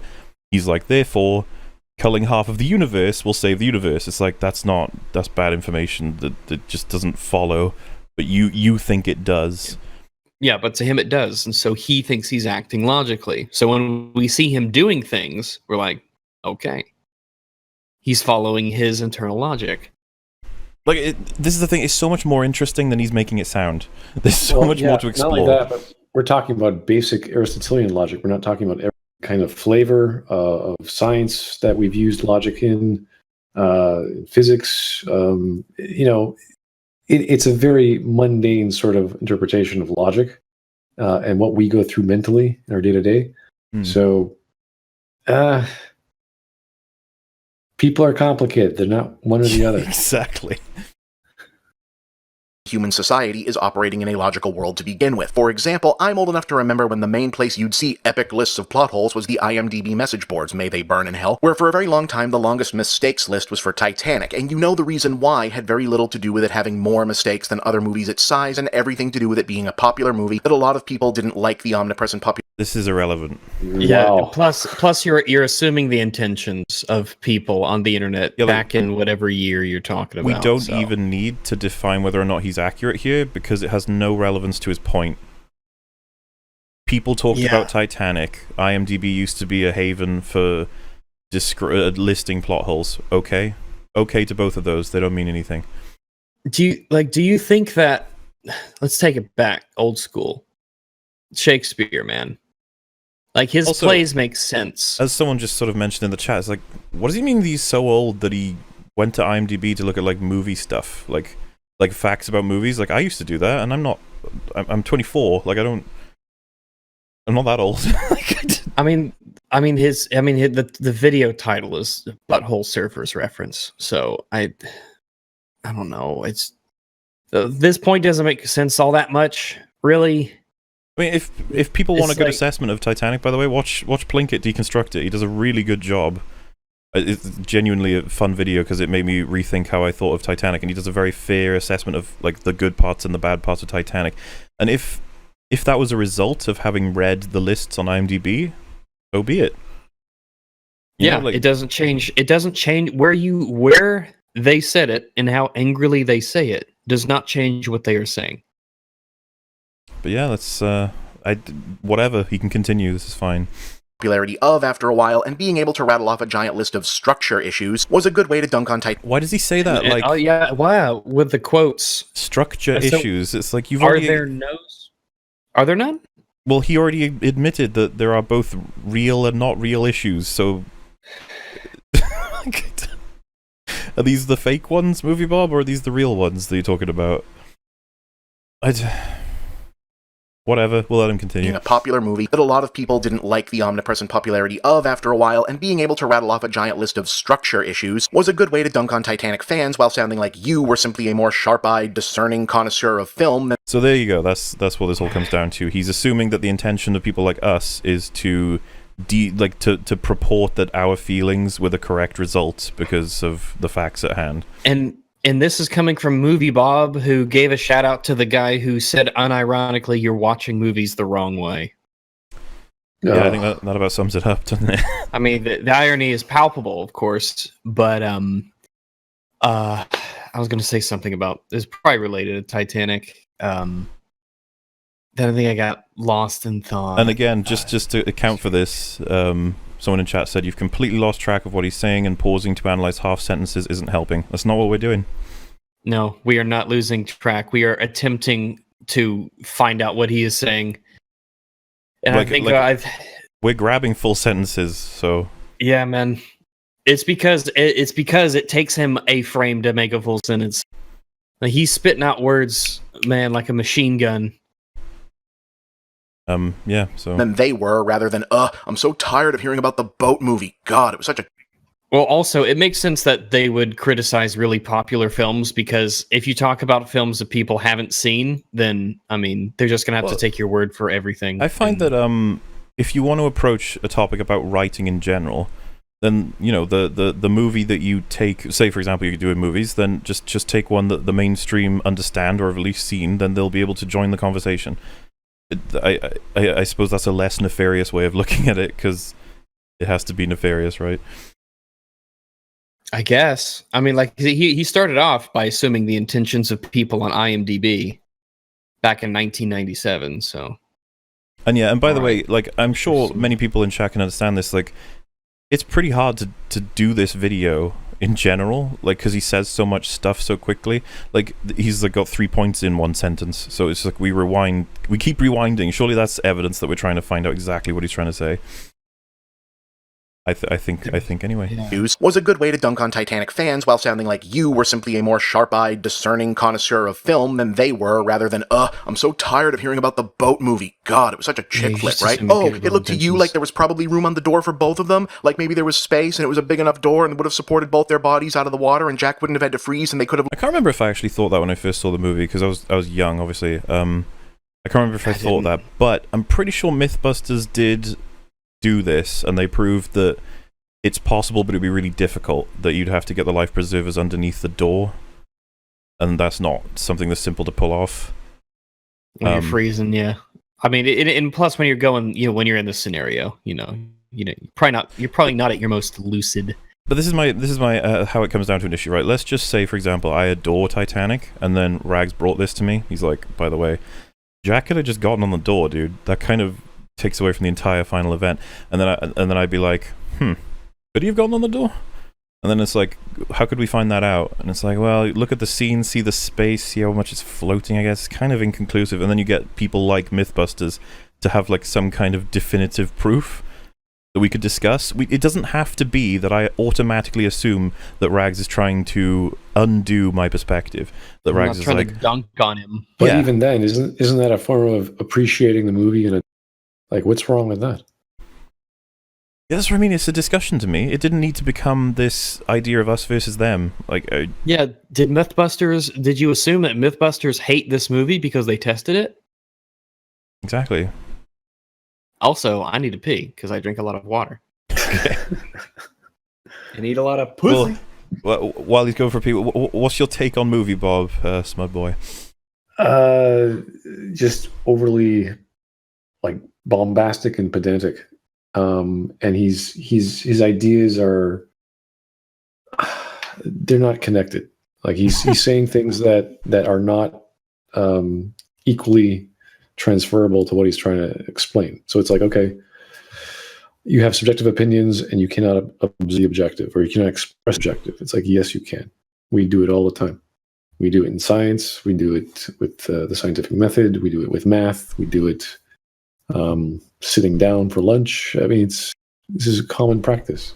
So it seems as if he's putting a high level of importance to people interpreting things, as opposed to people understanding what they're seeing and observing. Like this is what we do when we look at a movie, a game. We go, this is what's going on. This is not my opinion. This is actually what's happened. Yeah. And that's it. That's all we're doing. We're not doing anything special. And I genuinely think it makes for an interesting conversation. And if you don't want to be a part of that conversation, that's absolutely fine. Pretty much, yeah. Like if you go, I don't want to talk about that. I want to talk about how it made me feel. It's like, okay, sure. Well, that's not what we're talking about. Like, so, that's cool and everything. And it's not that we wouldn't talk about it. It's just that don't do it at the exact same time. Like you highlight to me that Luke is inconsistent, and then I say, well, I enjoyed it. You'd be like, okay, that's fine. Good. There's nothing to do with what I said. Because that's the thing, they automatically assume you're presenting your feelings. I felt that he was inconsistent rather than he was inconsistent. What I observe over the years is what people, or what I've seen in media, which is actually good, is not how the highs of drama or the highs of science fiction or whatever. It's that piece of fiction didn't have any lows, didn't have any errors, didn't have any flaws. So things like The Princess Bride is just a fun adventure movie that happens to be about romance and happens to be about a frame where a grandfather loves his... A pause? Sorry? A sneeze? Yeah, what was that, Rex? Go ahead. No, I was just talking about how great Princess Bride movie is. Oh, yeah. Books. Because it's so simple. There are actually plot holes in there, but the actual storytelling doesn't make you aware of them very well. They're there if you think about them, but it's magical enough. It draws you in enough that you're following everything, and everything's so clear that you don't stop and think and go, hey, wait a second. Doesn't Wesley have a whole pirate army on his boat? Can't they just rush the castle? All these little questions that pop up. You don't think about it. And after the fact, you do think about it. Like, yeah, that is kind of silly, but it still doesn't degrade the story. It just makes you think at it in a different way. Yeah, you could take something like that and you could just go all the way with it. And you could say this, The Princess Bride, there are plot holes everywhere, and you can prove that they're plot holes. And okay, sure, it's okay to still love the movie. Exactly. We shouldn't need to say that, but we apparently have to all the time. Yeah. Lived happily ever after, and that's such an obvious plot contrivance and it totally broke your immersion? Wow, you're so right. It's just such bad writing that two 20-somethings who just spent hours running... He really is focused on this door thing. This seems like he's pissed about this. Do you think this is the reason why he puts it in, so that people will be like, oh yeah, I agree with that, and so that all the other stupid shit that went on in the video he's making, it gets glossed over? I see what you mean. Like, I agree with him on this bit, so the rest of it's probably right. He's like, if I sprinkle this video of fucking garbledy gook with this door thing that everyone knows about, or people have heard about, or with this and that, then maybe I can trick people into thinking this is good content. I mean, like I said, so before the analysis, I knew about the Mythbusters thing, so as far as I'm concerned, it's not even an issue, because it would have been really hard for Jack to have done what was suggested, and it would have risked Rose, which is another reason why he could have decided, yeah, fuck it, I'm not going to do that. Yeah, because once you get wet, you're fucked. Yeah, but there's a lot. It's just it makes sense, I think, that scene. But let's see what he seems to have counters to this. You're so right. It's just such bad writing that two 20-somethings who just spent hours running, climbing, handcuff escaping, getting shot at, nearly drowning multiple times, all while escaping a sinking ship, and are now gradually freezing to death in the middle of the ocean, conscious of the fact that they may be exchanging their last words to each other on Earth, don't act with 100% clear-headed logic. But that's Are they on Earth or on the ocean? okay. See what I mean? Fucking This is why this is evidence that we do listen to them. By the way, he made a lot of logical arguments for why they would be unable to have committed to the action. Right? He said like they would have been exhausted. They would have been way over their heads. They've been through extreme drama. There's like all these things you can actually consider. These are things that actually happened.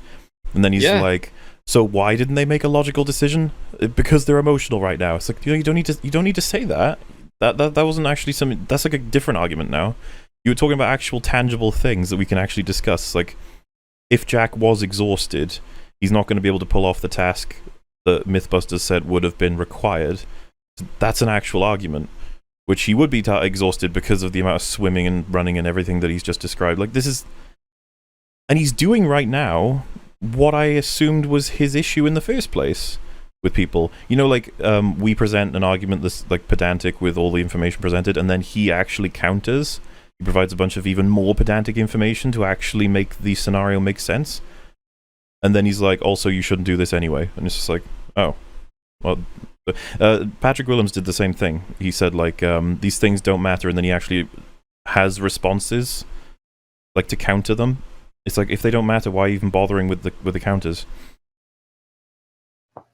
Yeah, he denies logic and starts using it. It's Exactly hypocritical. Very, very strange. And start puzzling out the weight-mass-area buoyancy ratio of their present situation. That would have been so much more narratively and emotionally satisfying than it doesn't... Well, fuck it. We could fix it with just make the door smaller. Yeah.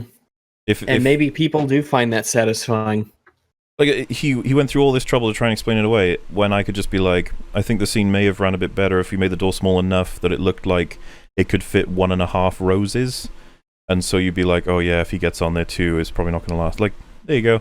If you make the door big enough that everyone's asking why couldn't Jack get on it too, who knows? Maybe that could be an element of maybe we should change that up. But again, as far as I know, this was proven to be that Jack probably wouldn't be able to do it. So yeah, and you know what I mean? The conversation's over. I didn't even tell you what I felt about the scene there. I didn't say whether it was bad or good even. I just said you could make that change, so why not make that change? And that would be something to consider next time you make this film or someone has a similar scene. There you go. Nobody had to be hurt, you know? We didn't have to take anything away from anybody when we said that. Matter that they both could ever not, because Jack willingly allows himself to die in order to make absolutely sure that Rose does not. A final act of such complete selfless devotion that cements our understanding of why this was the defining emotional connection of her entire life, as symbolized by the fact that she has never revealed the heart of the ocean, the only keepsake of that part of her life, to anyone until symbolically returning it and herself to the sea. See, he thinks that's subjective. That's all objective as far as I know. These are all things that actually happen in the film. Yeah, all of those things you could trace and track, and they're established. And so, like, this is so weird, but, like, I agree with you, Bob. Like, so I follow this. Bob, why don't you agree with yourself? Which is what you call a series of themes, if you have even a rudimentary grasp. I don't think you need... Whoa. I don't think you call them themes. Yeah, what is he talking about here? Let's just give that a full listen again. This was the defining emotional connection of her entire life, as symbolized by the fact that she has never revealed the heart of the ocean, the only keepsake of that part of her life, to anyone until symbolically returning it and herself to the sea, which is what you call a series of themes, if you have even a rudimentary grasp of how humans work as emotional beings. Wait. Symbolically returning it and herself to the... She actually returned it and herself to the ocean. But she didn't. She just threw it back in. She didn't go back in. Oh wait, yeah, she doesn't go back in, does she? She just dies. She stays on the boat and she dies. I'm very confused because he's mixed a lot of things that actually happen, and he's decided to And what's the theme? What does the theme have to do with all of this? Yeah, I'd love to hear him.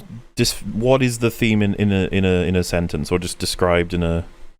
It's an anti-capitalist message. The theme of never forget who truly loved you. If that's a theme. Theme of forget the past, kill it if you have to. But I think what's really interesting here too is that right after this he says, Ahem. Which is really like you're doing a good thing. Kind of. You're like analyzing stuff that's in the film. You're pointing out things that actually happen. You made up the one about returning herself to the ocean. You fucking made that up. Pull that out of your ass.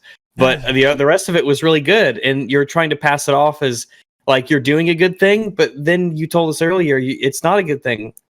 Is it? What is your stance, Bob? Is it the theme of what makes true love? Is that it?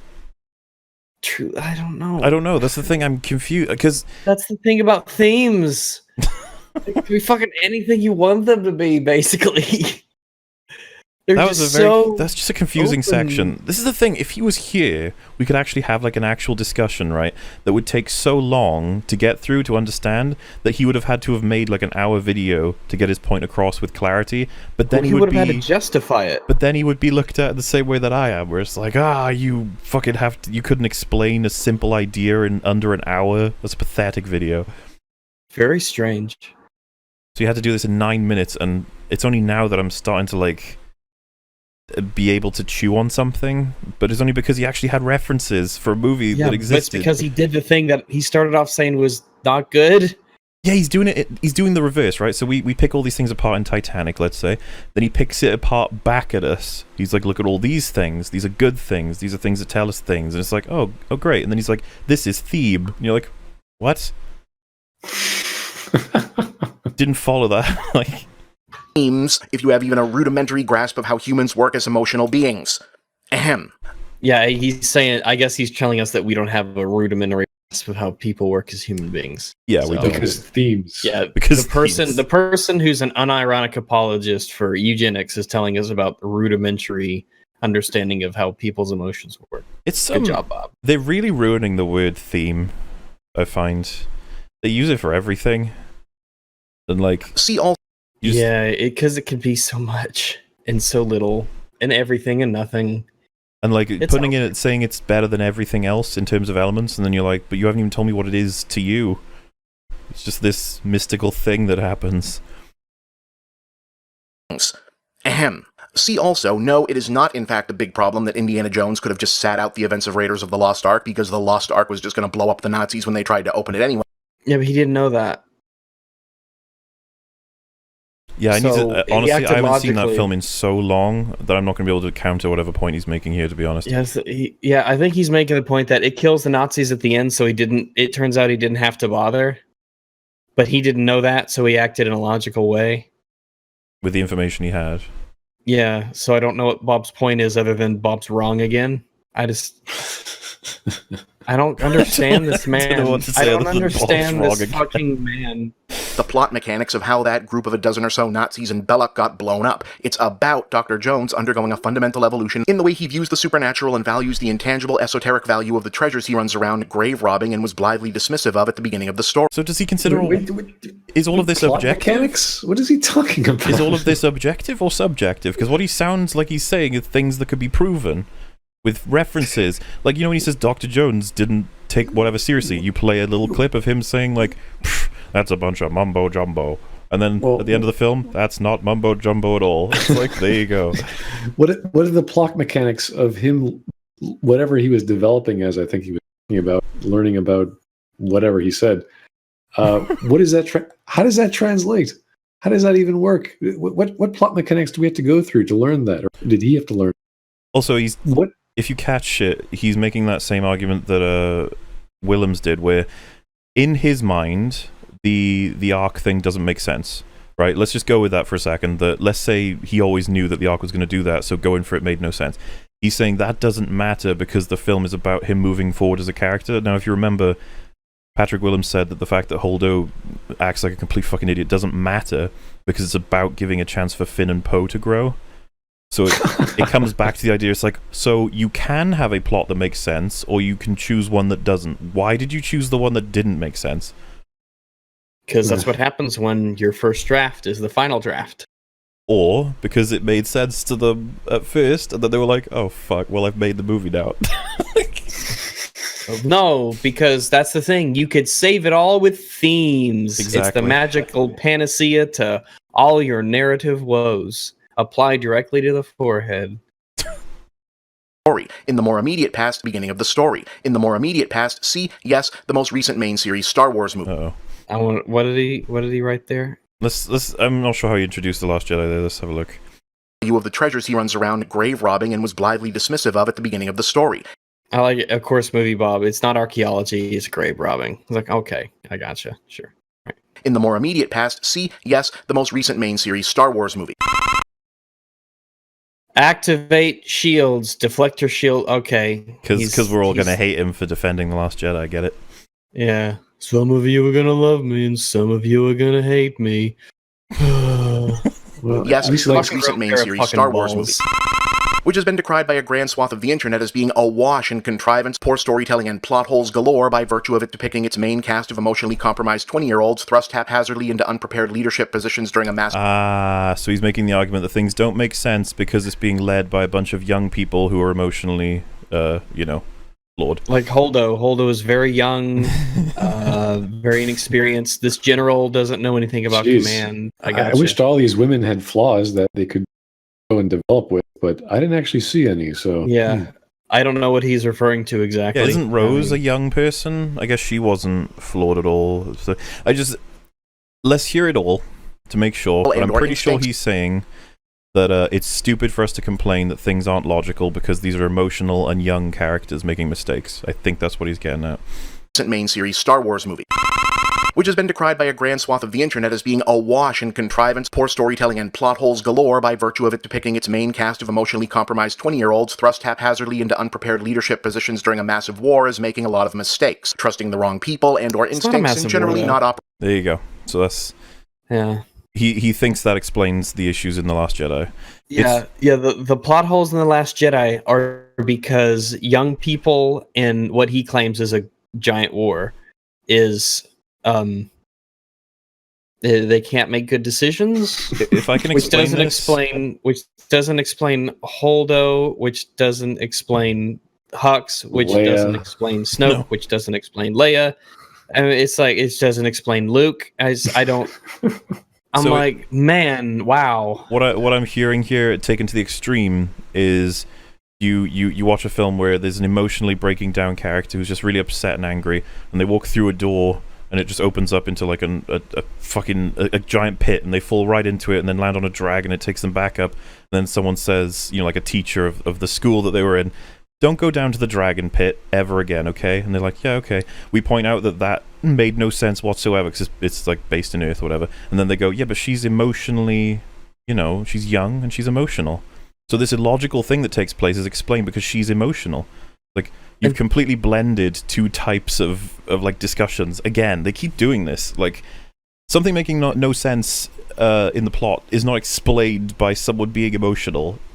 Just make every character in all media young, and there are no plot holes anymore. Yeah, that's the thing. Any problem you could ever come up with, you could be like, oh, well, the characters were young and emotional. Yeah, they were young and emotional, or they were old and senile. So why weren't they using Y-wings? They were young and emotional. It's like, what? Why did Hux target the base first? Because young and emotional. Poe was young and emotional. Why was Yoda able to use lightning as a Force ghost? We've never seen that before. Because Yoda is young and emotional. Young and emotional. Fuck, Bob. Did you watch this fucking movie? Did he watch this video back? That's another question. Operating on a 100% logical basis at all times. I mean, sure, it could be that there's a rather unsubtle thematic intent to that, made obvious by the recurring plot presence of multiple dysfunctional... Subtle made obvious. What the hell is he talking about? Thematic plot presence? Like, what are these terms? He said it was a subtle thing made obvious. Like, let's do it again, I swear. At all times. I mean, sure, it could be that there's a rather unsubtle thematic intent to that. Oh, sorry, he said unsubtle. That's my bad. Unsubtle. I could have sworn he said subtle. That would have been funnier.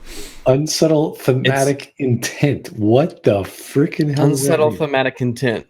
That can't be found no matter how hard it's so unsubtle it can't be found. Logical basis at all times. I mean, sure, it could be that there's a rather unsubtle thematic intent to that, made obvious by the recurring plot presence of multiple dysfunctional mentor-pupil relationships and an overarching theme of generational transition, but... What is plot presence? Does anyone know? Plot presence, it means that it is present within the film, because the entire film is the plot, I suppose. It's just another one of those shitty surface level... Literally, he said something extremely simple, but he made it sound complicated with words that were unnecessary. And then he was I've just used- flat out wrong on top I've of it used all. the word plot a lot in a lot of my analyses, but I've never used plot presence. Like what? It's another way of saying it was there. I'm not even kidding, dude. Like, whatever. Well, it's the Bob. claim that they were there. multiple dysfunctional mentor-pupil relationships and an overarching theme of generational transition, but nah, it must just be bad writing or writing in service of an agenda. And that Well, So an overarching theme, as opposed to the normal theme, which is explains everything. So there's another bigger theme which explains everything else, I assume.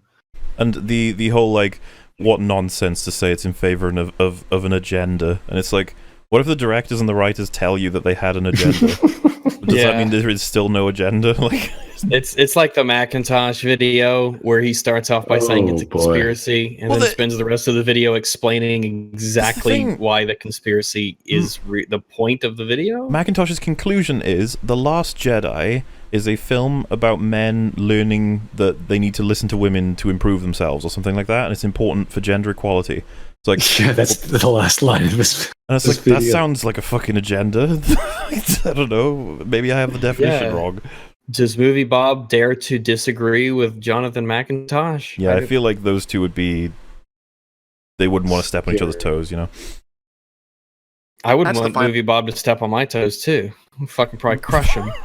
an agenda. And that's the final most insidious aspect of plot hole obsessed film culture's devaluation of thematic analysis. Okay, whoa. The veneer of quasi-empiricism.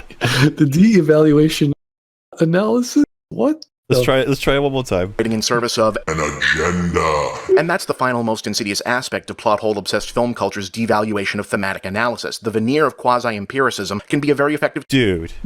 De-evaluation of thematic analysis. The veneer of quasi-empiricism. Dude. I see your googly-gawk and raise you. It just. What the hell? Why did you have to say all of it that way? What? So I'm kind of in disbelief that that's. He wrote that and he thought, yeah, that's a really great way to get my point across. So at the top of my browser, my first bookmark is to a thesaurus, and the reason that I use it is because if I don't want to use the same word over and over, it's not so that I can go out of my way to try and sound intelligent, you know? It's just so that I've used this word a lot. I want to use just for the sake of people listening, let's use a different word for it. I want to use the exact quote in my next April Fool's video, so I'm gonna have to listen to this just to make sure I get it. writing in service of It's like a parody. And that's the final most insidious aspect of plot hole obsessed film culture's devaluation of thematic. Dude, you know what? No, I'll write it later. It's gonna take me way too long to write this out because I'd have to keep replaying it because he speaks so fucking fast. So I'll just write a note of where it is. MovieBob plot hole. What does this surfers? What does plot hole surfers mean? Do you think? It's Butthole Surfers reference. The band. Oh, okay. There's a band called Butthole Surfers, and he's referencing them because Also, this movie is ass. It's like he says that it's ridiculous for us to assume an agenda, and he's constantly talking about like the agenda behind people doing the plot hole analysis. You find that interesting? Strange. Yeah. And that's the final most insidious aspect of plot hole obsessed film culture. Well, that's the thing. It's only a conspiracy when the bad guys do it. Yeah. Devaluation of thematic analysis. The veneer of quasi-empiricism can be a very effective tool for nefariously slipping one's own subjective viewpoint or value, one that you know might otherwise. It's funny It's because nefarious. It's what- nefarious to take your own subjective viewpoint. That's a nefarious thing. Like, dude, there's what? so much wrong with this. He just argued that like people use plot holes to try and get their own nefarious subjective perspectives across the board. I feel like he's heading towards Nazism. He's getting there. He's gonna be But like, here's the thing: people are trying to use evidence to support their claim. People are trying to use what's in the movie to show here's why I feel the things that I feel. But that's like that. That's bad. It's he says it's nefarious. Like this is typical MovieBob. Is like if you have an opinion that differs from mine, it's nefarious. Smud, have you ever like read this guy's fucking crazy ass tweets and shit? Only in memes. That's about Yeah, like this MovieBob's insane. it. He's insane. That's the best way to put it. Yeah, He's nuts. Like, I have nothing to say. I can't understand. exactly. Like, if we let this play again for just the 15 seconds or whatever, just take in these words. It's absolute insanity. An agenda. And that's the final, most insidious aspect of plot hole-obsessed film culture's devaluation of thematic analysis. The veneer of quasi-empiricism can be a very effective tool for nefariously slipping one's own subjective viewpoint or value, one that you know might otherwise be challenged or get you called out as reactionary or worse, into the discourse, nestling it covertly among the nitpicks until it sounds like just one more true but meaninglessly so factoid. See? He thinks that people are trying to throw their, like, almost their politics into the discussion or something, like, because it's... He said, yeah, quasi-empiricism. I thought he said quasi-imperialism because he was talking about the movie. I was like, wait, no. He's talking about But that's the thing with MovieBob. You could believe that he brings up quasi-imperialism. But yeah, he's saying they argue the facts while trying to slip their own subjective feelings underneath instead of being outward about it. That's not what I do. That's not the exact opposite of what we do. Exactly, and that's the part he doesn't seem to get. It would be like me going, "The Last Jedi is all about how the government is trying to make frogs gay." That's how I open, and then you'd just be like, "Okay, that's ridiculous," or I go, "So I'm gonna do a scene by scene breakdown. Hey, this is interesting. In the scene where he's milking the gay frog, he's blah blah blah," and then I go, "Interesting how that's." Gay frogs in this film, huh? Wonder what that's about. Who knows? And then I keep alluding to it until at the end I go, weird. I guess we have to conclude that this film is trying to convince us that the government is making frogs gay. I think that's what he's saying that we do, like trying to get our weird, insane idea across through as many facts as we can find that would match it. Maybe you think that. I wish. One of us can make sense of this. Are gay frogs as nefarious as just saying The Last Jedi is not very well written? It's like, does it have to be so nefarious that I don't really see where he's coming from. I'd love to get an example. Wouldn't that be cool? Just an example of someone doing what he's saying. No, that's nefarious. If he's like shows a guy's video where he says that The Last Jedi proves that socialism will destroy planet Earth. And we already have enough proof without the movie, but the idea to put this is the irony, man. MovieBob always pushes his politics through media. Yeah, that's why when the Escapists came out and said we're going to try to be apolitical, and then they said we're hiring MovieBob, everyone was like,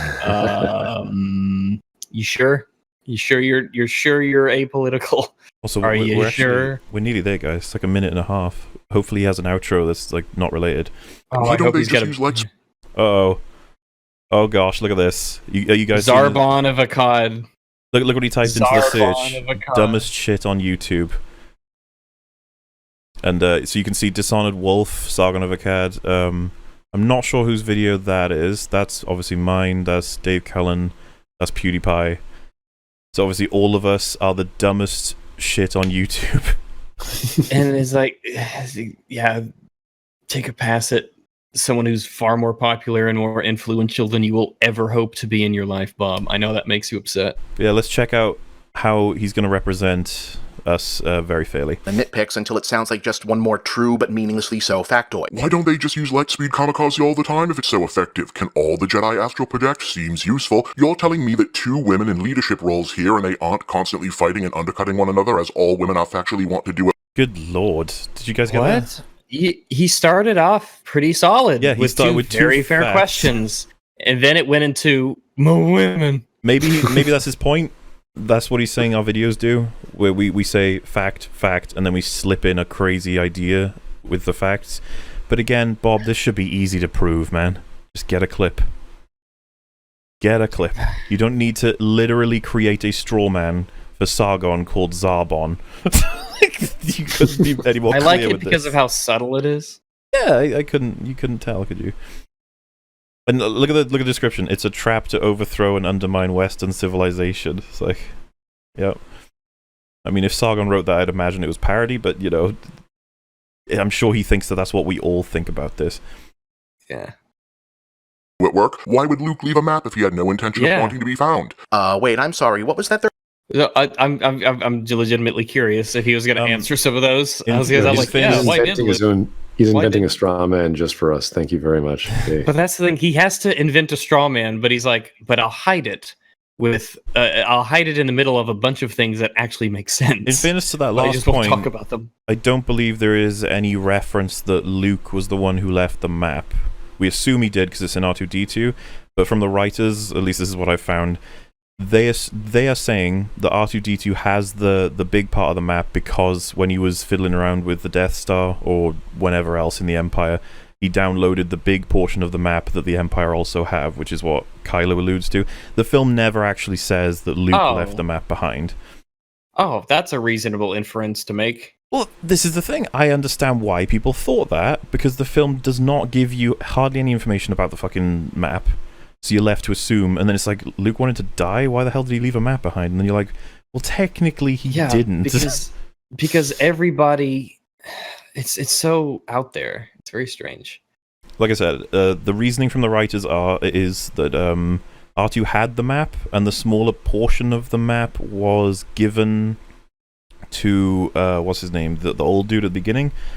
And I'm not, we're supposed to assume that he was looking for the Jedi Temple, which is where everyone assumed that Luke was going, because apparently Luke went searching for it and let people know that that's what he was doing.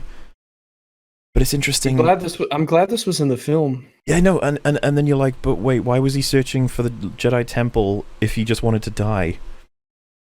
He just really wanted to die there? Was he sentimental about dying there? Theme is about the... Either way, right, we just got a conversation out of that. And, if you two didn't know about what I just said, then now you do. And it's like, oh, there you go. That can assist you in an argument next time you talk about it, or enlighten you in any way, or maybe it didn't matter to you at all. I didn't have to fucking, tell you your feelings don't matter. I gotta take a piss again. I'll be right back. It's alright. I'll read some super chats. This is where the fun begins. Watch Maul vs. Obi-Wan at the end, the one from Rebels. It's 5 minutes and it's an amazing scene in otherwise dull series. I've actually seen that clip before I'd watched any of the shows, just because I was interested in the idea. Someone was like, they did this, and I was like, oh wait, really? And I checked it out. The real insult here is he's low-key comparing you guys to CinemaSins. A lot of people do. In fact, there's a lot of comments online I've seen that say that I'm much worse than CinemaSins because CinemaSins is more obviously a joke, while I try to convince people that I'm serious even though I'm joking or something like that. So, take that for what you will. Question for Wolf. I'm afraid he's gone. But I don't know, Cinema PM with that one. It was kill, fuck, marry, Toby Wiseau, Jared, and ER. I don't know what he would say to that, honestly. Ryan Johnson quote, there has to be a plot before you can have plot holes. I agree. Is that an actual Ryan Johnson quote? This movie, Bob, I can't understand it freaking word. This movie, Bob, I can't understand it freaking word. I think I follow what you're saying there. Why is Movie Bob such a faggot? You can't say that. That's rude. Do you think Movie Bob realizes that if he ever again brings up a plot hole in a film, people can just use this video against him and call him a reductionist? Yeah. This is the problem for them. I can't remember if we said this live. Into a corner. I can't remember just if we like said this. Just Right. Yeah, I can't remember if we said this live or not, but we were saying, imagine being that little bird on their shoulder whenever they watch or enjoy anything, and then they say, well, that didn't make sense. And then you just go, what do you mean? What do you mean it didn't make sense? It doesn't matter. Now you have to explain yourself, so you're fucked. Thesis, The Last Jedi is a bad film. There you go. Hey, Mauler, Big Daddy Rags, and Wolf. Hello back, John Reese. That was John Reese that said that, Rags. Say hello back. You piece of shit. You guys say hi to Future Me while watching this tomorrow. Hello, Future Unspun 1. There you go. Hey, Muller, I do a lot of 3D design work. Would you like a 3D printed drink coaster with your channel logo on it by any chance? Oh, I'm gonna get some new art eventually. So, if ever you wanted to do that, I would say hold off for now. You'll murder the very concept of culture, not just culture itself. What? Did he actually say the concept of culture, or just... No idea. It's trouble enough to follow anyway. The greatest movie is just good themes, which is why the greatest movie ever made is a video of Daisy Ridley reciting positive tweets for 3 hours. Well, That's the thing, man. If all that matters is themes, then surely the best movie would just be shoving as many as you could into one movie. Like, just get all the best, Google the best themes, and then have a character read them out, as you pretty much implied there. Best movie ever. Problem is twofold. He's arguing that it's becoming common for people to use the term plot hole as a shorthand for everything they didn't understand, like no matter if it actually is one. I agree with that. That would be a problem, if it's happening, obviously. Yeah. Pizza rolls are Italian gushers. Then further, that people have begun settling for just listing these erroneous plot holes as conclusive proof that their opinion is fact, rather than providing research and legitimate evidence. Again, if they're doing that, that is bad. But like, if someone said I was doing that in the Last Jedi critique, I would be frustrated, because I'd be like, man, I spent a long time getting those references. I'd appreciate it if they were debunked rather than just waved off as opinion, you know? There's a difference between those two types of people. But if Bob is clearly coming after, for some reason, me, Wolf, Sargon, Dave Cullen, PewDiePie, and whoever else. Like, we're all in the same group, apparently. Remember, I'm the angry guy who made the 5-hour videos, according to Patrick Willems. Hey guys, heard you mention it yesterday, but Detroit Become Human isn't actually that bad. It actually has good world building, and death has real branching consequences for the three main characters. I've not played it. I don't know if Rags has, or Smud. Which game? Detroit Become Human? No, I play games. Oh. Again, I know nothing about it, so. No, David Cage plays you. That's how it works. Oofs. What are you saying? Since y'all don't know the source matter and it's not explained in full detail, y'all deem it as a plot hole. If you require extra sources to be able to understand the plot in a film, you may be in trouble. Yes. Everybody, pancakes or waffles? Waffles. I'm gonna go with waffles. None against pancakes, but I'm gonna go with waffles. I was gonna say I'm cool with both of them. I'll be safe and go with waffles. These two chose it. It must be for a good reason. You ever had chicken and pancakes? I think No. so. I have had chicken and waffles though. When are you and Wolf gonna digivolve as critics? Obviously that's next up on the agenda. What's each of your favorite prequels, and why do you think it's so much easier to like the prequels despite how awful they are? I think it's because you can see a good story behind the bad execution. Well, for me, it's Revenge of the Sith. I just think that there's a lot more going on in it. It stands the test of scrutiny better than the other two, and I generally enjoy the film more. But as for why it's easier to like them, I imagine a lot of people would disagree with that statement. For me, it's that yeah, I actually think I agree with the reasoning that I think I can see a good idea behind bad execution. That's probably how I put it. What about you guys? I mean, I can see that. Yeah, They got progressively better. It was a very low bar, but they did get better. Wait, for what now? The prequels? The prequels. I guess they got better. Yeah. Well, but like you said, that's a pretty low bar. Which is the favorite for you two? I'm assuming Smuds is Revenge of the Sith. If he said they progressively got better. Yeah, probably Revenge of the Sith. Yeah, fair enough. 10 FPS are memories of Minecraft on a notebook. I would respond to the feelings straw man. We recognize the value of feelings, but they are subordinate to logical thought from our perspective. We are concerned about them taking the lead in discussion. Correct.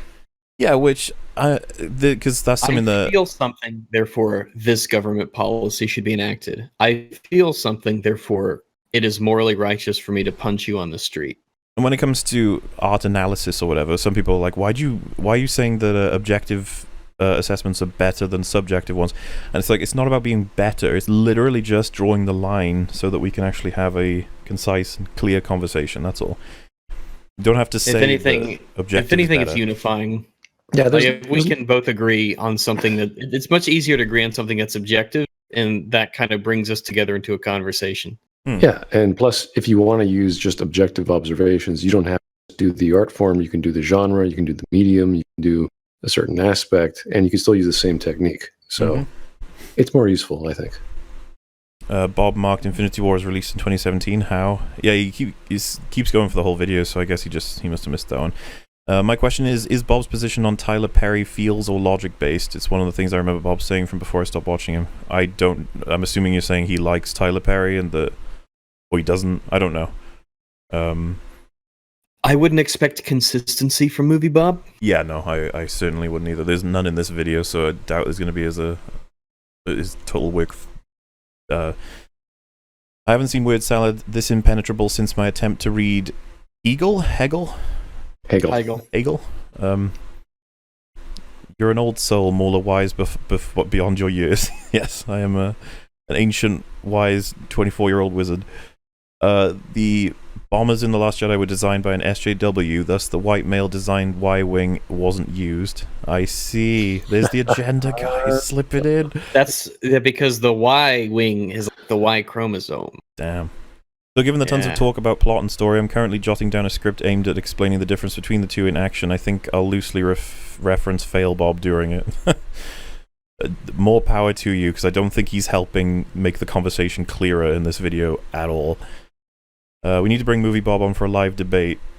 Mauler vs. MovieBob, Dawn of Quasi-Empiricism. I seriously doubt he would ever consider me worth his time. A, use your feelings. B, I felt angry. A, at a kids movie with women in power, garbage human. Oh, right, so the person A says, use your feelings. Person B says, okay, I felt angry. And then person A says, at a kids movie with women in power, you're a garbage human. Like, yeah, that is actually another contradiction. They're saying, like, you should value your emotional reaction, and then when you provide it to them, they get frustrated with you. Well, that's why he called them nefarious earlier on. Is like, if you're subjective, and the subjective stuff is far more important, but if it's not the right subjective opinion, then fuck you.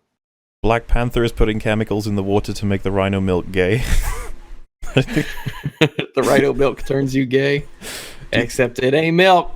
Do you think Ryan Johnson thinks he's good at sex because he subverts a woman's expectations by not giving her an orgasm? That would... you could use that as an analogy for The Last Jedi in some ways. Like, I think the one I used on one of the podcasts we had was like a birthday with no gifts. Like, everyone comes in, they're like, here's all the boxes, unwrap them. You're like, woohoo, and there's nothing in any of them. And they're like, you didn't expect that. Nothing. You're like, thanks. Mauler is hereby named Irony Man. Very well. But yes, thank you all very much for the donations. We've only got a minute and a half left. And most of it's probably just going to be him doing bad impressions of Sargon, apparently, so...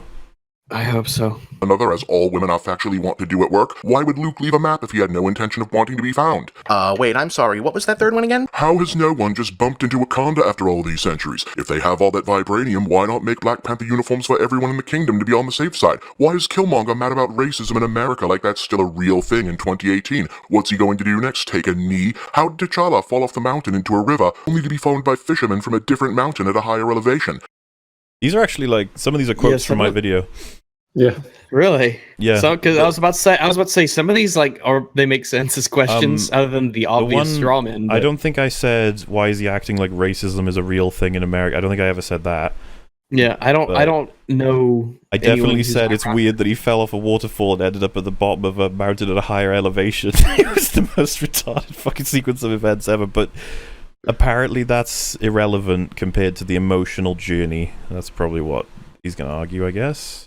What was that about real in 2018 again? See? Okay. So he's saying that I reference valid plot holes, but then I throw in that racism isn't a thing to try and get my political perspective across. But I never say that in my Black Panther video. Yeah, I don't know anyone who's said that racism doesn't exist. I mean, other than the sense that maybe structurally. I'm not mad, but this is like Quinton levels of misrepresenting my work, but he's careful enough to not mention me by name. This is the most bizarre version of poisoning the well with a straw man I've ever seen. I mean, this is one of the most classic examples of a straw man you could possibly find. He literally took me and then put stuff in me that's not actually me, and then beat it down as being like a piece of shit. It's just like, yeah, that's you didn't counter me, mate. You counted some other thing called Mueller or something. It's let me cherry pick the things that it's like cherry picking plus, because you're cherry picking a thing that you invented. And this is the thing, if this was happening, if people were like, man, it doesn't make sense that Jack sits on the door, also heterosexual relationships are just stupid, no one should be anything but gay. But yeah, the other plot point that's an issue in Titanic, you'd just be like, what the fuck was that? What did you just say about heterosexual? But like, show us that. Why can't you show us someone doing that? Heteronormative. I don't understand why it's so difficult. Why do you have to create straw men, Mr. MovieBob? Is it because these people are boogeymen and they don't actually exist? I'm not saying that. I'm saying, is that possible? Okay. You should use boogie person as a gender neutral term. I'll just use schloom. It'll refer to Schloom. any person. See how that works? It's a dastardly rhetorical sleight of hand and Yeah, they're dastardly. They're being dastardly. That's yeah. some heavy irony right there. Oh, oof. The theme of this video is irony. How about that? They pull sleight of hand. MovieBob, what did you just do? Fishermen from a Whack different mountain at a Panther. higher elevation. what was that about real in 2018 again? See how that works? It's a dastardly says rhetorical that. sleight of hand and unscrupulous culture critics are foisting it on impressionable viewers by the That's what you're MovieBob. doing right now. That's what Bob wouldn't know what a scruple was if it bit him in his massive ass. You want a culture critic? Go see Macintosh again. He's the official culture critic. thousands thanks to the ubiquity of plot hole criticism. Maybe if there were less... Okay, let me tell you What? about supply and demand, asshole. If there weren't so many fucking plot holes everywhere, you wouldn't have so many people talking about the plot holes. Supply and demand, that sounds like capitalist thinking, you utter horrible Nazi. I love capitalism. What was that about real in 2018 again? See how that works? It's a dastardly rhetorical sleight of hand and unscrupulous culture critics are foisting it on impressionable viewers by the thousands thanks to the ubiquity of plot hole criticism. Think of the children. None of this, of course, is to say that there's a wrong way to watch movies or that you yourself are But enjoyed a nitpick video here or there, but I would agree that broadening your media Oh, diet man. whoops. Oh, whoops.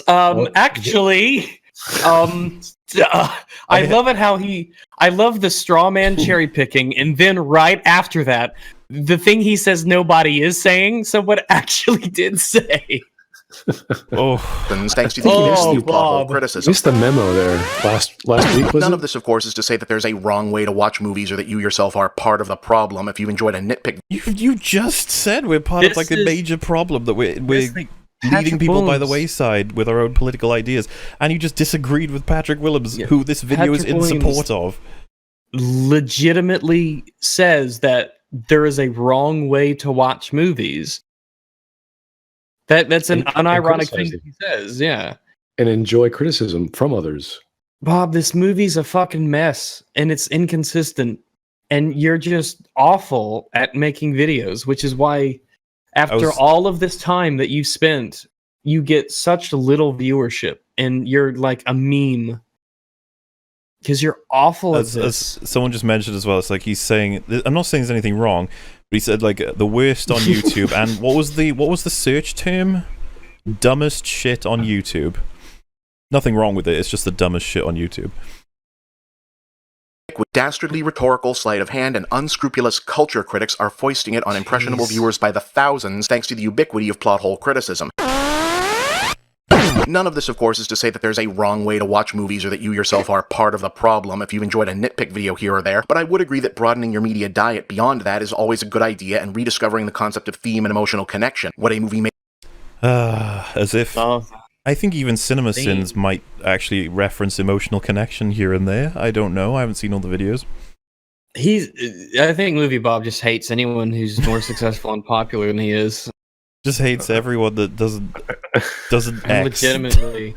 I'm still It's like- contemplating the ubiquity of plot hole criticism. I criticize a lot of it. I don't criticize the plot hole. I mean, there's a lot of it, but then again, there's a lot of plot holes to criticize. So maybe if films were written better and there weren't plot holes everywhere, then that wouldn't be an issue. But maybe you should be encouraging good writing as a movie critic, Bob. Maybe that's what you should be doing. He's concluded that this is logical, plot hole related inconsistencies versus the assessment of theme and character, which to me is just like, what? So why have you separated them like that? As if you can't logically break down a character's progression or something like that. made you feel rather than whether or not the machinery by which it did so played fair or not is an overdue experience for a lot of us. In the words of Alfred Hitchcock, opining on the tendency of characters in scary or suspenseful movies to not simply go to the cops right away like they do in real life, they don't go to the police because it's boring. Yeah. What? That's well, because Hitchcock said it, that means it's genius. Hitchcock said a lot of things about inconsistencies in stories, so he's definitely not the right guy to quote for. And let's be honest, man, like, if all this preventing your story from falling apart is the characters deciding they don't want to go to the police, maybe you just didn't for write no a great reason, story. yeah, you might want to work on your story. Yeah. I hate this idea that if you cite, like, someone goes 2 + 2 = 5, Hemingway. It's like, that doesn't mean it was smart. Hitchcock is a human being, he's not a god. I'm Bob, and that's the big picture. Oh, one more thing. On Monday, September 24th, 2018... Oh, thank Christ, we're done.